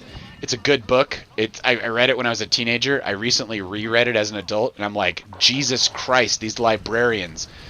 They were literally pushing like a Greek tragedy dressed up as a young adult fiction science sci-fi book. But the themes, death, sex, love, you'd never breach this with a kid today. And I'm just like, I love the librarians. I had good librarian karma in this life. What I didn't get from home, I found librarians who were like, read this. And, whatever. It was good. But in any event, in that world of Hyperion, they have a doorway technology. and the doorway technology connects any 2 points in space. So the rich have these houses that are spread out over hundreds of moons. Like their bathroom is just floating on this iceberg in the middle of this weird-ass place. And they go out there and take a shit, and and then they can come back into the tropical rainforest where their living room is, which is on some other moon or planet somewhere, right? So it's like the ultimate compression of space, and it's very interesting from a thought experiment perspective to think about, transportation. Like, so commerce, right, is about connecting points in time and space, and like, it's the whole commerce. A to B.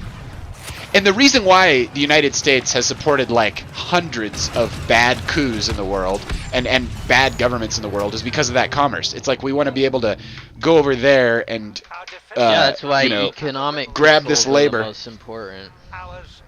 Dude, imagine if you disrupted all of that with the hollow door technology. Like I'm weaving mats.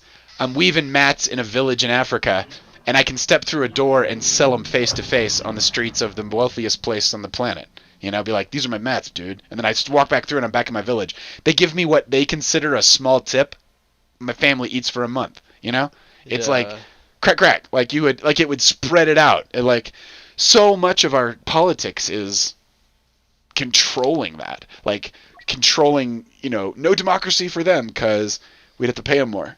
Well, like, but we also have culturally, our morality is a little low. We don't have any, like, there's... Connection to that? Well, what I was going was, like, we don't know when to stop, we don't know when to stop. How much is enough, There's... Yeah. I forget the Greek thinker who said it, but he said, it's not what you buy that satisfies you. It's what you appreciate that satisfies you.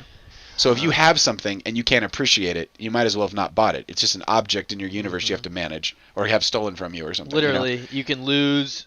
Yeah, it'll break appreciation. down. It'll degrade. You're gonna say, "I remember when it was nicer." I could force my appreciation muscle to do much more work in my life. There's so many things to be grateful for. I made nothing that I'm looking at around me, and yet I'm surrounded by it. Like my subjects brought me all of these objects like a king. I have no idea where it's like magic. I didn't come up with a thought. I didn't pay anyone. I didn't make special arrangements. Yet I'm showered with the technology. You're playing with products like. Yeah. For this moment in time, we've arranged these atoms that are dancing in a song that won't be possible for all time. Yeah. These servers will go down. Everything changes. The Buddha was right. Can't cling to anything. What can you love? You can love. Yeah, bodhicitta. That's right. The love of other conscious beings. The love of the life force itself. Yo, back to our original conversation. Energy in the body. That's the big secret. Like, it's not... You're an energetic system just like your environment's an energetic system. Healthy environmental energetic system, healthy individual energetic system. This is why beautiful places like Kauai, attract so many souls, is because it's got this, extracurricular life force coming out of the ground, right? And it's that growth of life force that is the psychological development. What's it? I don't know. I just thought of like vivarium, but I think that's a horror. You gotta turn up your volume somehow, or I gotta turn. No worries. I can fake boost you on my side, but I don't think it goes out on the broadcast. Hello? You know what? I am gonna fake boost you because I like what you're saying. There we go. Hello? That's fake boosted. Perfect for me, but I bet it's a little low. What? Do I just need to yell louder here? Maybe that's it. I don't feel like I'm like. Maybe I'm not projecting. Maybe pull the mic closer. It's pretty. Hello? I can't believe I haven't died yet. I've not been paying attention. I haven't died yet. There it is. There it is. Oh, you're hungry for the reincarnation. I see what's going on. Contribute to your local society. You can't just die and get out of it, man. Just joking. Yeah, you can just up and leave. You can't just bail out to the next one. Fuck you. The next one will be worse. You got to work on this one. This is me talking to myself. Don't give up on this one. You're still alive. You've got a chance. As long as we draw breath, we can fight for our freedom. That's right. Go hard or go home. Go hard or go home. And you should be where your heart is. And home is where the heart is. This battle here, bitch. This is a battle of love. Good versus evil is a same battle spot. of love. Not Dude, too far. If you can love your fellow man, you will always be surrounded by your love. Like, you will always be, if you just love the people around you, no matter what, and you will be surrounded by the most beautiful souls. Not that like, that's the promise of the martyr, right? It's like your torturers are turned into your liberators. Wow, what the fuck am I talking about? I might not be having every screw in this place on this particular panel of the spaceship. It's interesting. It's the interesting thing about having a dialogue one-on-one with someone that other people listen to, or when I listen to other people's one-on-one dialogues. Yeah, totally. Or I listen to my own one-on-one dialogues that I recorded, and then I like pick up on what I was missing about what the other person was putting down, because I was like thinking after the fact. Yeah, after the fact. And then you just kind of see these whole other layers in the conversation that aren't even there. And so that's right. I know we both have been saying some curling our metaphors and whatnot in ways that don't make sense always. But maybe someone else gets it. Yo, maybe. I heard what you're saying. Yo, this is the feedback. The feedback from the future. Yeah, that's right. I get what you're saying. Sometimes you'll say something and like you named someone's like grandma, you know, in the exact moment. In that moment, you became someone else's synchronicity. Like you were speaking through the colored tube to them. Right. Time. Through your randomness, you open up space for. The unconscious doesn't know about past and present and future. It's just the same thing all the time, and so it like our experience of time is not the same. And so if you're pulling from the subconscious, i.e. if you're an artist drawing your inspiration from the deep subconscious, you might be pulling out some shit that hasn't happened yet, i.e. when some human watches this recording in the future, they won't want to kill themselves because it won't suck so hard, because it'll be like, it was okay, they were talking to me, even though time's not real. Even though time's not real. Shit. Got pushed back. Oh man, what's time, like a current? Keeps on slipping into the future. Time keeps on slipping into the future. You got unplugging the Veritasium entropy video again. Yeah. Well, you know what's so beautiful about that? Time is just entropy. You know what? Something to do with that. The conclusion he comes to, that the concentrated energy at the beginning of the universe, spreading out into its environment, is the life itself is writing. It's like ink expanding. It's like ink expanding in a dye expanding in water. Milk expanding in tea, or we're just riding the edge. We're riding the edge of this unfolding expansion of energy out from the source. But dude, the most spiritual message there is, in my estimation, is that understanding of the relationship of the sun to all life, because everything that's living owes its energy source to the sun. Anything you get energy from, it's coming from the sun. Even if it's just the earth itself is held in the sun's gravity well, the whole cycle of day and night, which is the basis of life, wouldn't even be possible without that. And they're like, you know, people are like, oh, but what about the vent life at the bottom of the... It's like, dude, there's an earth at all that has water, that has tides, that has an environment, is because it's held in the cradle of our sun's gravitational embrace, right? Right. Like, there's energy coming back around. It's a two-part system with the sun making energy and the earth holding life, and that's a mutual thing, right? And it's not a mindless one-way thing. It's not a mindless one-way thing. Life, and there's a lot of matter that's played around with. The composition of our materials hold energy. And that's so. Yeah. Maybe DNA life is spinning like 1,000,000 times a second. It's like producing light. Like our DNA like produces a subtle light. Like, yeah, it makes light. It like and also like at the cellular level it spins. The DNA is in motion, in this incredible motion. It's like millions of times of rotations a second. Like it's like, wait, what? mitochondrial DNA does that or something? Yeah, it's just like we always slow it down so that our silly human brains can see it, but it's not static. It's a spinning thing. You know, it might be attuned to light itself. God knows. You know, have we ever got into biocentrism? I think of biocentrism at these moments because. Okay, biocentrism goes like this. If you look at the universe and you look at the odds that these laws exist, like here is how hydrogen bonds. If you tweak that formula just a centavo, hydrogen doesn't bond, you get no chemistry, life never works. The number of those is next level. The number of like little things that you can that are just accurate to like 0.000000001%, and it's like, yeah, you live in a very pocket universe. You know, it's like the tuning of our universe to life is next level. Oh, dude, we just lost that. I'm sorry. I should have ran it there a second. I was not playing. All good. We'll hit this biocentrism theme here. I'm going to okay, biocentrism. Okay.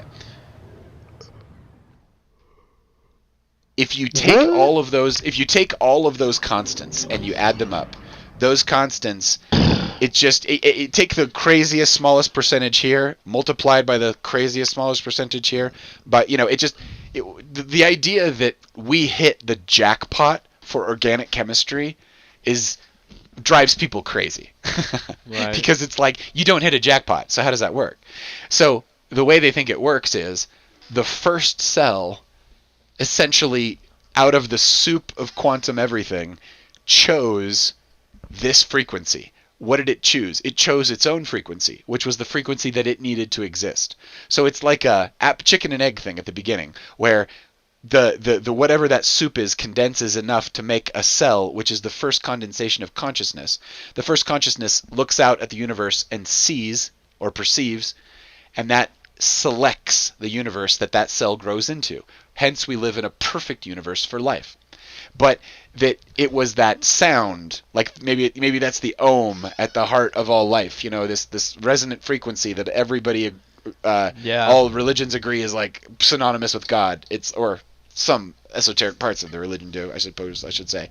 But like maybe it just that first cell was like, Om, that's me. I am. It's Om, it's me. And then you know, we go from there, and that's why we live in the perfect one. So with our technology, we might be able to just switch a dial, you know, which spins two rocks in an orientation around, you know, it's a completely mechanical object, and then it's just like, and in that other position you can see some other selected thing. Now, probably not good for your life, so you need some kind of like interdimensional spacesuit or something like that. Or you're made of energy, so you don't have a body to take along. But this body likes this world. You can't take it to a universe where chemistry doesn't work.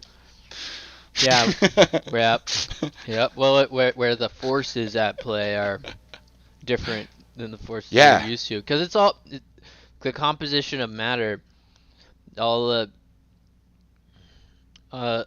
atoms are just playing with their bonds with each other. It's not random. Combined. Yeah. That's what psychedelics reveal. That's what I was seeing over and over again at that psychedelic conference. It's not random. But the thing about life, that Veritasium video when he breaks down life and goes to the squirrel and then he shows the animals that eat the stored energy and the other animals that eat it in grasses. The grasses get it from the sun. That is everything. We are swimming in the light cone of the sun, and it is such a beautiful everything that we are is that glancing energy. Yeah. We're nothing without that. Like we might just one day be able to. Just like you like to have your hand out the window while you're driving the car. That's all the energy we're getting from the sun. It feels good. The wind itself is heat currents from the sun. The turning of the earth is it snuggled into its gravity well. The consistency of the gravity of the sun, and but the sun's light it goes through ups and downs, and you can correlate ups and downs in human society to the sun's light. So it's not only that, but it's like the magnetism of the sun. You can work it back to human activity. That's something that HeartMath does in their advanced stuff. They talk about the science of the interconnectedness of life and the sun. Anyway, that's the big metaphor, because that's the metaphor that you could go anywhere on Earth to any human, and it's the same truth. It's like it means something. It's like the sun and its cycle of life means something right here where we're standing to you other human from a different culture. We might not have anything in common. Gotta be based, bro. It's sun, dude. We definitely have the sun in common. I can't get around that. And that it's just a giant gift. It's just a giant gift from our local star. It gives all the energy. We live inside we're nestled in a biological being called the Earth that has all of these parts like plants and shit, and it harvests this, and the clouds come when the plants release a little bacteria from their leaves. They call in the rain. I see them do that shit all the time at Evergreen. I see weather is not rando. It is controlled by the biological function of trees. Trees have these little stigmata. They open it up. Bacteria get caught up in water, which sometimes the plant provides. It floats a little seed into the sky that condenses clouds around it. That's how clouds get made, by plant bacteria floating up into plants are causing clouds? Yeah, that's why in a desert you get fucked, because there's no more plants to control your weather. So why do we want to live close to plants? Because the good weather happens next to the plants. Anyway. The water wants to go to the light. Water might be the life. Wet. It might be life. Water might be life.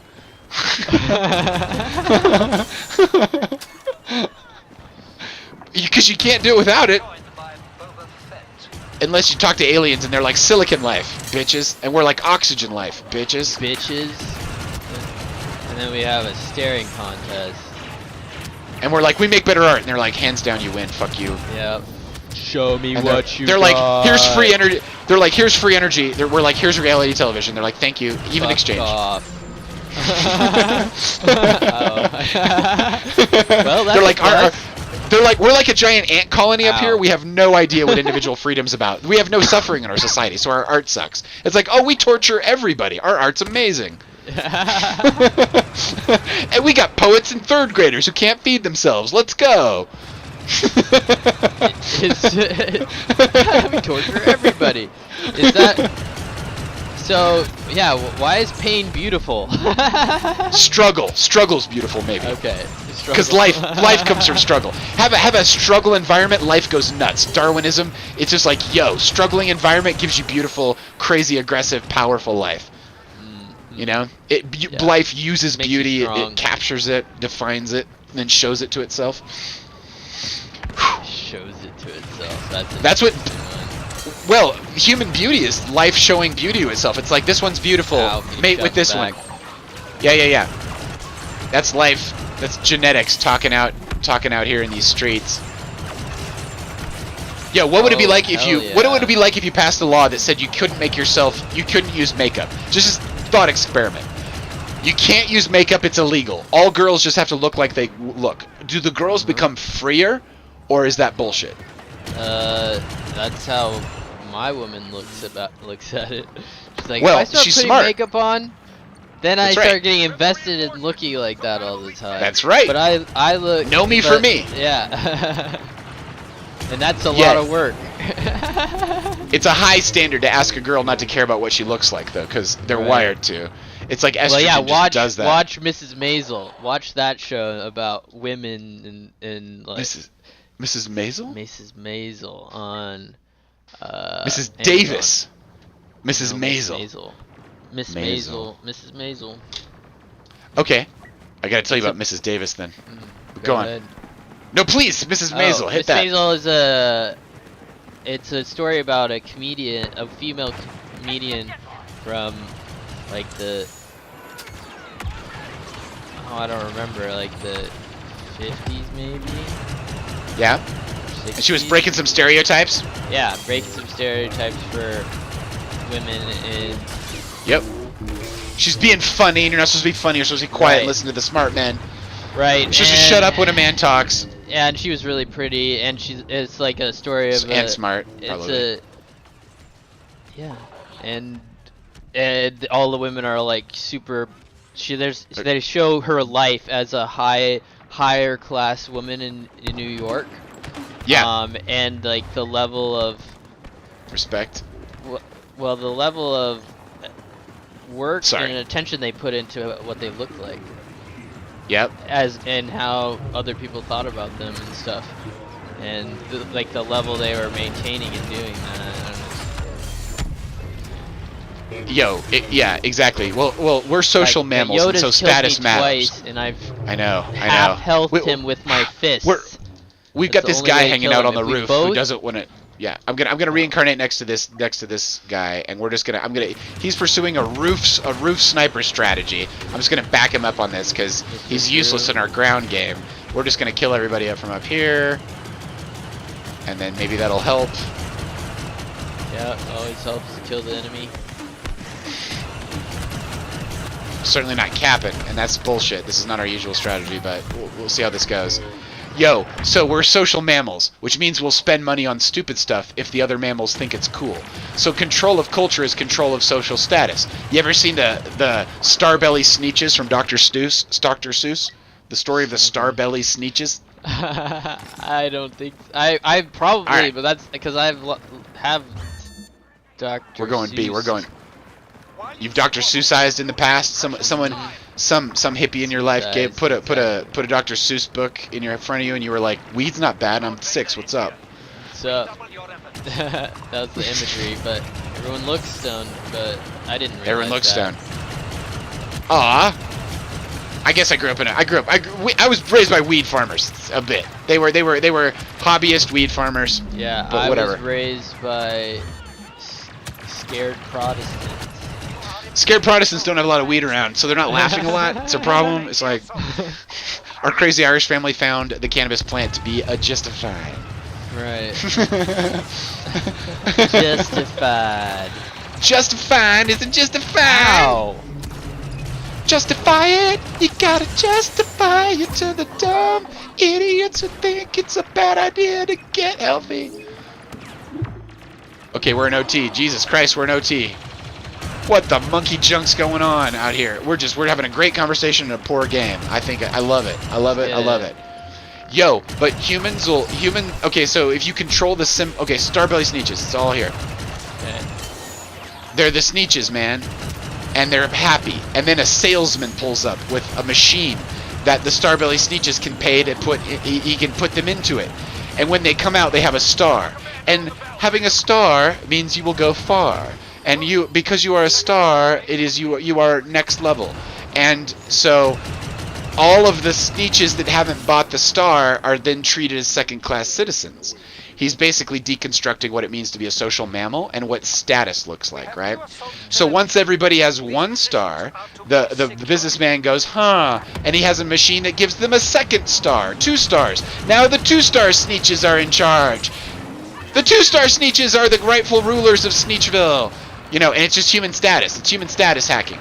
And so it's a cautionary tale about how commerce can fuck with your sense of social hierarchy, Right. and that should be based on character. Who makes the best choices? That should be the fucking leader.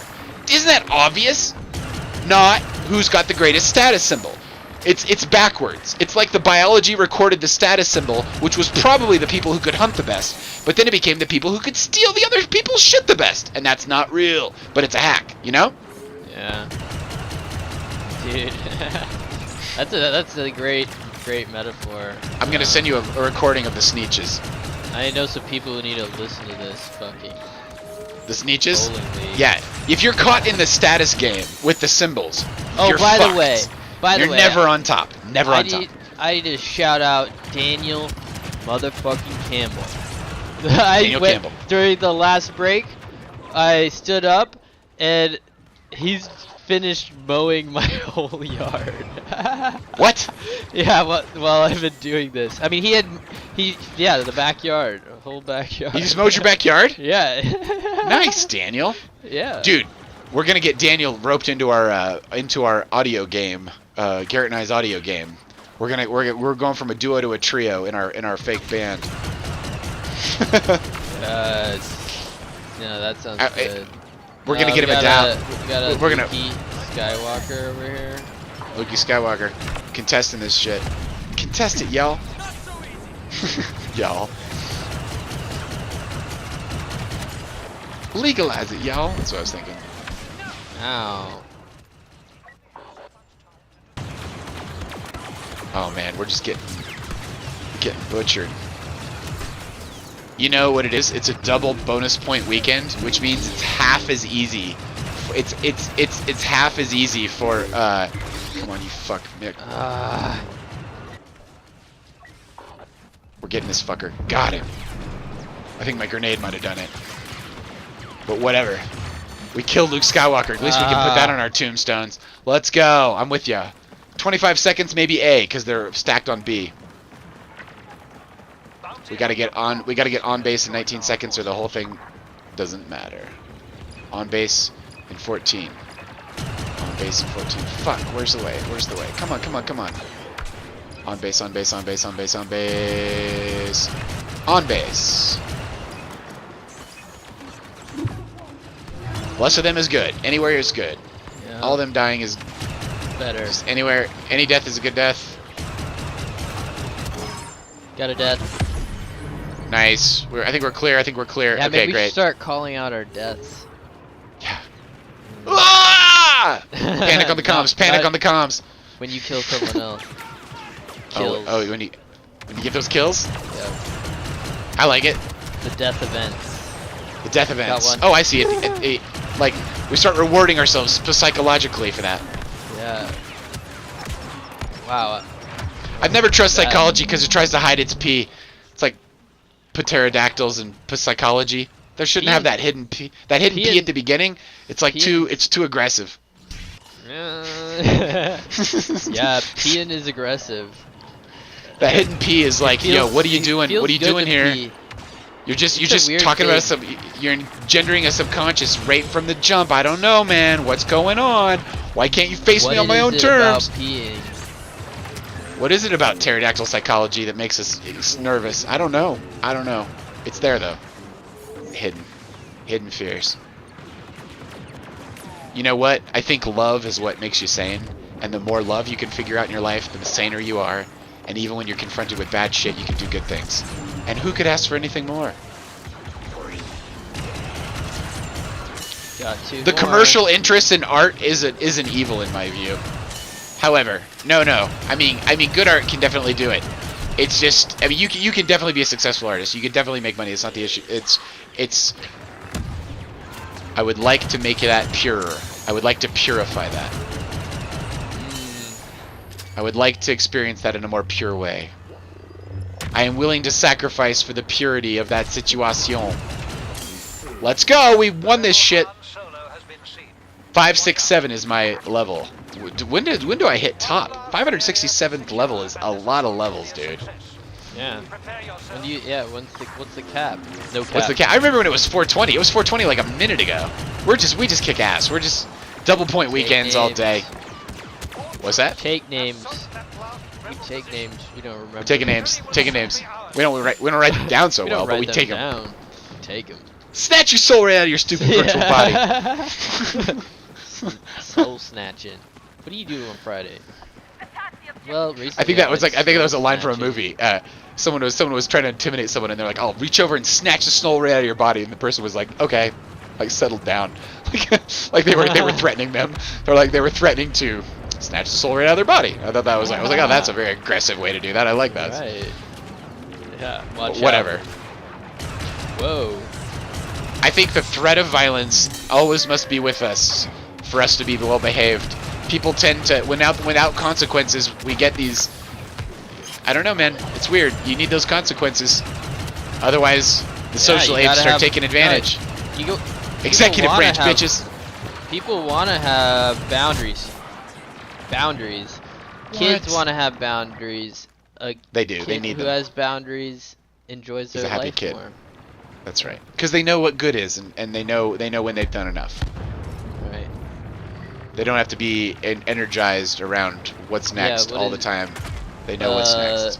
What do you say? They're too sweet. Schizophrenia Yeah. is like all over the place. All over the place, yo. All over the place. Are you saying we're making a schizophrenia incubator in our activities here? Because Well, without boundaries, without like guardrails on your shit. If you you're did this all over the 24/7, place. right?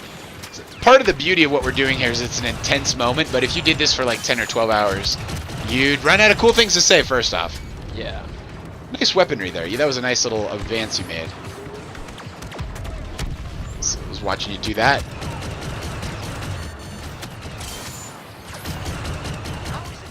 Love, right? Love. You gotta love the body you're in. You know, the closest thing that you're experiencing in this world is your own heartbeat and your own biology, and supporting that and getting those foundations in place. I don't know. These old corrupt systems, they have no, they're just a tick on the back of real society. So eventually the tick gets fucking knocked off, right? Isn't that the truth of history? Yeah. Isn't that the truth of, we did that with fucking Europe when we did America. So again, Right. But you get fat ticks. yo, we've got some fucking vampire situations going on in this society. We got 16 seconds to make it real. Oh well, we fought very hard, and we came back from quite. We fought quite the good battle here. 6, 5, 4, 3, 2. I'm on base. There's a grenade, you little fucks. Died. Died already OT. too. Yeah, all good. Sacrifice and honor, man. Woo! How you doing time-wise over there? Any constraints? We could probably draw in some humans into a Fortnite situation if we got creative. Yeah. I got 2 years for congressman. Sir Blaster. Dude, someone's answering our questions. What the fuck? Okay, dude, we've got it. We got this awesome. So I was backwards. The ADHD medication I take is only 3 bonds different from the chemical structure for cocaine. Jesus Christ, there's some geniuses out here. The ADHD medication I take is only 3. Dude, Sir Blaster, welcome. Oh, because we're on Kick now. They've got a better chat over on Kick. Seth. Oh, nice. That's my little brother Seth. Nice. Dude, that's too cool. That is too cool. It's like Sir Wilcots or Blaster. I love it. Yeah, so we Absolutely use love it. this thing called Restream, which streams it out to a bunch of places, but there's nothing that aggregates all the chats very well, at least for, maybe it does for Paul. Okay, here's how it works. I'm on the Twitch chat, Do you which on the Restream browser? on Twitch chat in the browser, and it actually receives the conglomerations better. There is a little piece of software I run, but it's basically broken. It doesn't actually work very well. But Well, I was but thinking Sir Blaster maybe- got through. The Kick got through. Yeah, sometimes we're shouting into a giant paper bag out here, a wet paper bag, with the with this chat situation. Screaming into a wet paper bag. Ah! If you want to, anyone who wants to chill can come to maps.decorio.com, maps.decorio.com. That is the actual place where true social situations ensue. Yep, we put events up there and whatnot. We don't Human events. We don't Human events. We don't necessarily like use it like Instagram or Twitter or anything like that. But I it's use kind it of like both. Instagram. I use it like Instagram all the time. I'm like, Insta. I'm just kidding. Go ahead. Say what you're saying. I didn't even know what I was saying. It's a really good social media platform that is plenty overpowered for. Oh, you're talking the about my amount of community. people Oh, that's awesome. The people who the number of people who use it. Yes.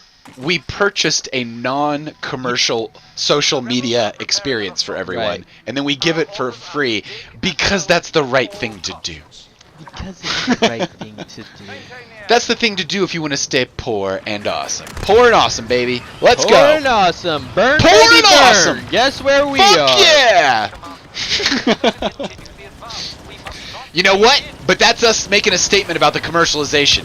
I'd rather be a couple of dudes and no ads than a bunch of people ads plus bullshit. And I think we're in a zero bullshit environment, are we not? I like that environment. I don't want to.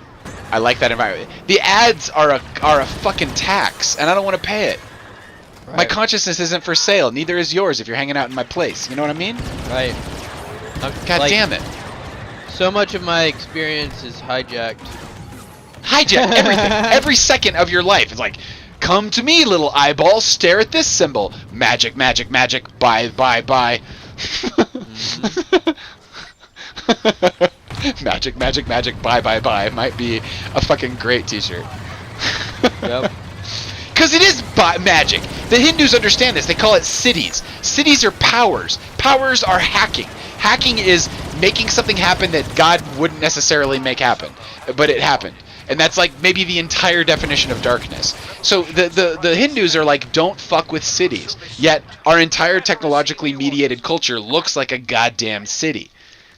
a power, you know? Like the ability to make poor fucks waste their life for your purpose is like definitely a city being played out. At the core of that needs... You can't have companies have rights like individuals. There's places like San Pablo in South America. There's no advertising. No advertising outdoors. No, your nature just has to look pretty. A corporation... That's really good. But a corporation acts more like a city. It does. It wants special treatment. Yeah. It never dies. It's like, I want to live for forever, but and I want to be able to own stuff. The protections of an individual who you can put in jail and will die. You can't put a corporation in jail. That's just not real. Yeah. You can't even find the fuckers. They're like, no, we can definitely cause $1 billion worth of damage and kill a bunch of people and, you know, addict them to this and fuck around with them like that. We're gonna make 20 billion minus 10. Easy math, fucks. Let's go. Right. You know, that's bullshit. That's corruption. That's soulless bullshit. That's profit above people, and that's what you get with psychopaths running shit, and that's not real. We should cancel. That's a cancer. That's a social cancer. You're making $20 billion in shit that causes $10 billion in damage, and the damage is death and addiction and broken families, and this is your business model, and you're rolling. Fuck all the way off. Like, that's crazy. Fuck all the way off. Yeah. Please, can I assist you in fucking off, sir? Please fuck off into the following dimension where that exists, not this one anymore. You're done. You're done. You're done. You're done. You're done. Kindly remove yourself. Yeah. But the internet will do that eventually. Enough people on the internet talking to each other in small groups will cause that, you know? And that's what they're afraid echo of. Chambers. That's why they're like... build cosms of ideals that can be build edges that can be taken advantage of. Dude, when Twitter hit the Middle East, it was basically a database in the sky. All you had to do was add a special character. The hashtag is born. Hashtag this thing, that thing. And that's enough to overthrow Mubarak. That's enough to stop. But now they're like, oh no, but our form of bullshit should not be compromised. But it's cool that other people's bullshit's compromised, but not our form of bullshit. It's like, no, all bullshit should be up on the chopping block. Including yours, you dummy. Whoever you are who want to censor. You dummy. You dummy. I need to tell it's not Daniel democratic Rebar to censor. To make not democratic for all the challenges for Project Catalyst. I'm sorry, Rebar? Yeah. Somebody's last name. Oh, okay. Somebody's last name. It's mental note for myself. Rebar. To use nice. So a lot of community around Cardano is on Twitter, but then no one's ever said, all right, here's the tags that you should use to talk about specific things. You know, like map the keys to the Twitter's to use Twitter's tagging system, because there's a few tags that are. They're on B. You got B. I'm right with you in 5. There's a few tags that Sorry. Well, they suppress tags and they manipulate it. It used to be just anything, and then they got into the manipulation of that game. Yeah. Well, this is small enough. This is inside of a bubble. A little echo chamber. No, a small community. Somewhat. Okay. Yo, so I think what we're seeing here is you release a technology. People use it for good, and they overthrow their oppressors. Then the oppressors get a hold of the technology. The corruption rolls forward, and then they hoard the fire for themselves. Fire for me, not for thee.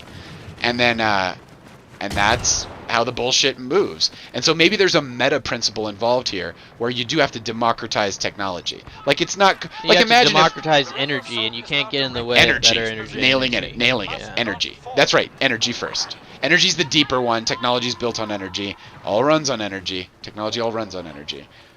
At least the stuff Technology we love. makes energy and uses energy. It harnesses it, leverages it. Yeah. That steam engine going from the steam engine to the sun. And the lever. Yeah. Steam engine to the sun. Anyone who's talking steam engines is doing it right. That Veritasium video is next level. Yeah.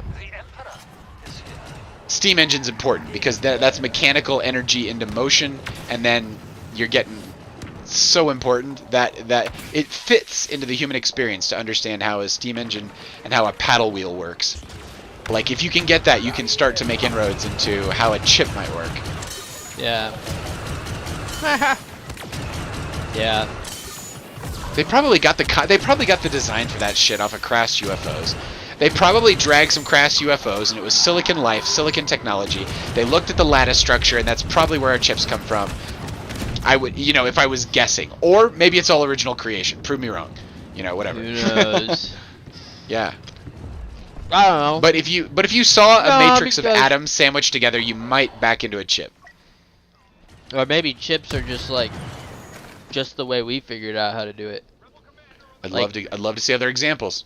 Because there's they had circuits before they started dropping nuclear bombs. They had transistors that were the size of a pineapple. Yeah, we were still playing with electricity. You had to get electricity first, and Nikola Tesla did that shit, and he was always talking to aliens. He just did it psychically. He was always talking about aliens. He was like, aliens, aliens, aliens, here's electricity, aliens, aliens, here's the first fucking engine. Nikola Tesla, you should think of the world in terms of energy, frequencies, and vibration. I want to see that follow-up from the last guy that was on with Randall Carlson. I want to see that Randall Carlson follow-up on turning colors into energy. Oh, yeah. That was a JRE promise. JRE universe. Please speak to us through Randall Carlson and how to turn pink energy, pink light into free food for all our humanity. That's my prayer. That's my lame-ass prayer. I think the universe heard it, though. At least it got it some version of it. Yeah. Dude, yes on free energy. Yes on free energy. Please. Here's the thing. We should train humans. If you get stuck on a ship somewhere and they're like, "Our bad, fuck you. What do you want?" Go, give me the free energy patents. Give me the free energy diagrams. Rather than letting them give you beads, make them give you the free energy machine and how to make it. Can the free energy machine make more free energy machines? Yes. Problem solved. Okay, free energy machine, make 10 more of yourself. Blah, blah, blah. Okay, fantastic. We're backed up.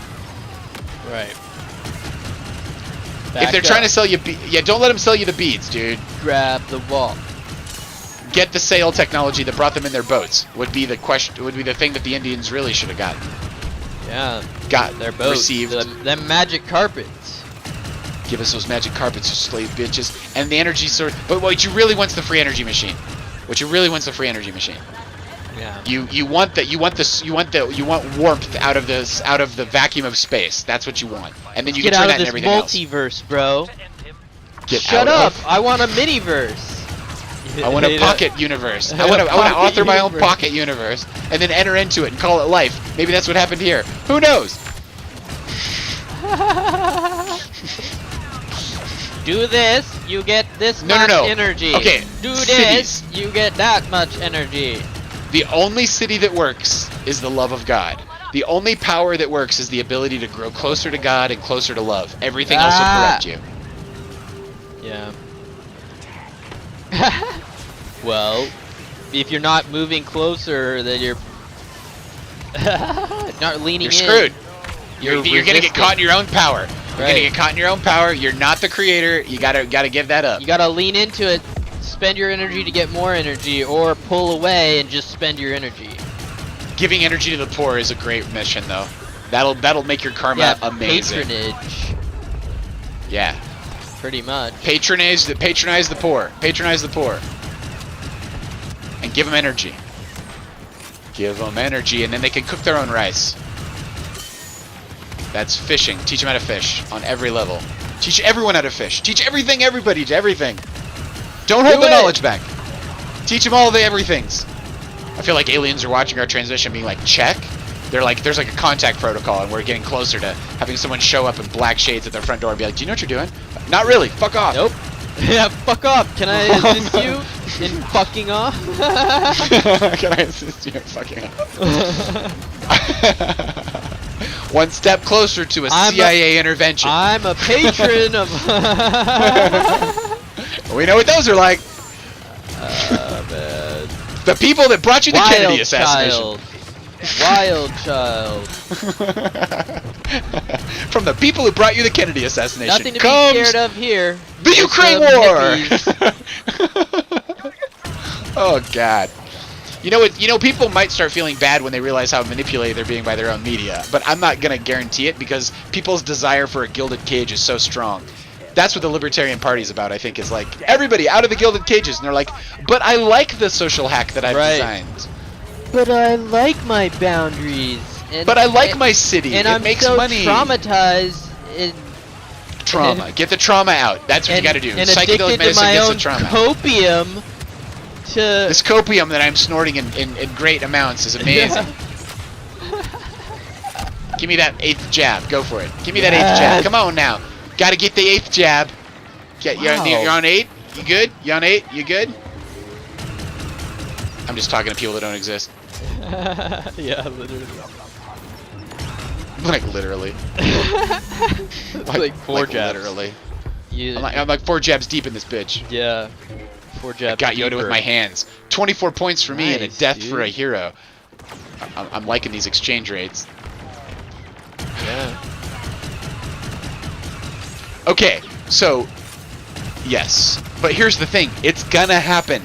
You can't put the genie back in the bottle. The internet exists. The people will tell each other what's going on. Crypto exists. Yeah.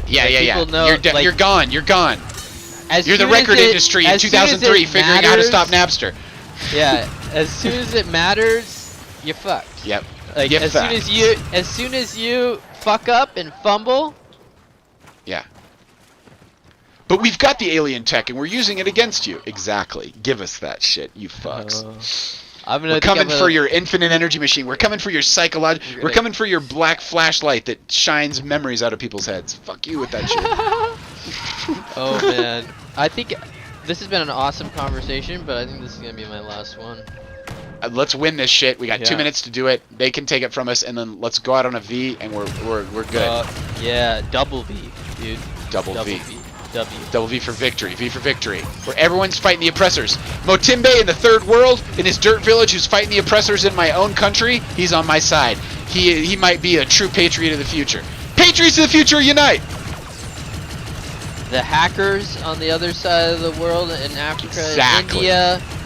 Free Assange! Showing the weaknesses of the security that is holding up our system infrastructure. Thank you for stealing my data. Exactly. Satoshi's a patriot. Satoshi's a patriot from the future. A time traveling patriot from the future. Give us that shit, future. There's probably 6 guys and gals in a room somewhere that's invented time travel, and they're dropping back all the good shit on us, trying to outsmart and outroute these oppressive forces of nonsense. Give babies the food and the love they need, and everything else is gonna work out. Love those. Love the babies, man. I'm on baby's side. I'm team baby. I'm team baby out here in these streets. You want to make a baby? You're on my side. Go for it. Yep. And humans into the future. Humans baby, everywhere. If you make a baby, you got to be a good daddy. That's right. Good parenthood. Love the babies. Did we not make that clear? You can't give them Nikes and gold chains. That's not gonna work. Give them love. That's not the solution. That's not the solution. That didn't work. That didn't work for you. It's not gonna work for someone else. No, we don't need any more iPad kids, okay? No more iPad children, dudes. No more iPad children. Unless it's AI from the future on the other side that can teach them to love their fellow man. Yeah. It's love, kids. It's love. It's love. It's love. It's love. If they shut down the internet after this one, we're fine. That's all you need is love. Beautiful. If they shut down the internet after this one. That should be how we live every day. If they shut down the internet after this one, we're fine. They know. They know. They know! Our dad is backed up. We'll put it up next time. Backed up. It's just love. It's just love. It's just love. It's just love. It's just love. It's just love. It's just love. It's just love. Woo! Oh man. Peter, this was a truly fun. This is super fun. Super fun. It was dope as fuck. It certainly was. All right. Everybody, we're gonna go out on a nice little music here. Have a fantastic weekend, my friend, and we'll see you toot sweet and right soon. Yes, sir. Peace. Have a good weekend. Peace.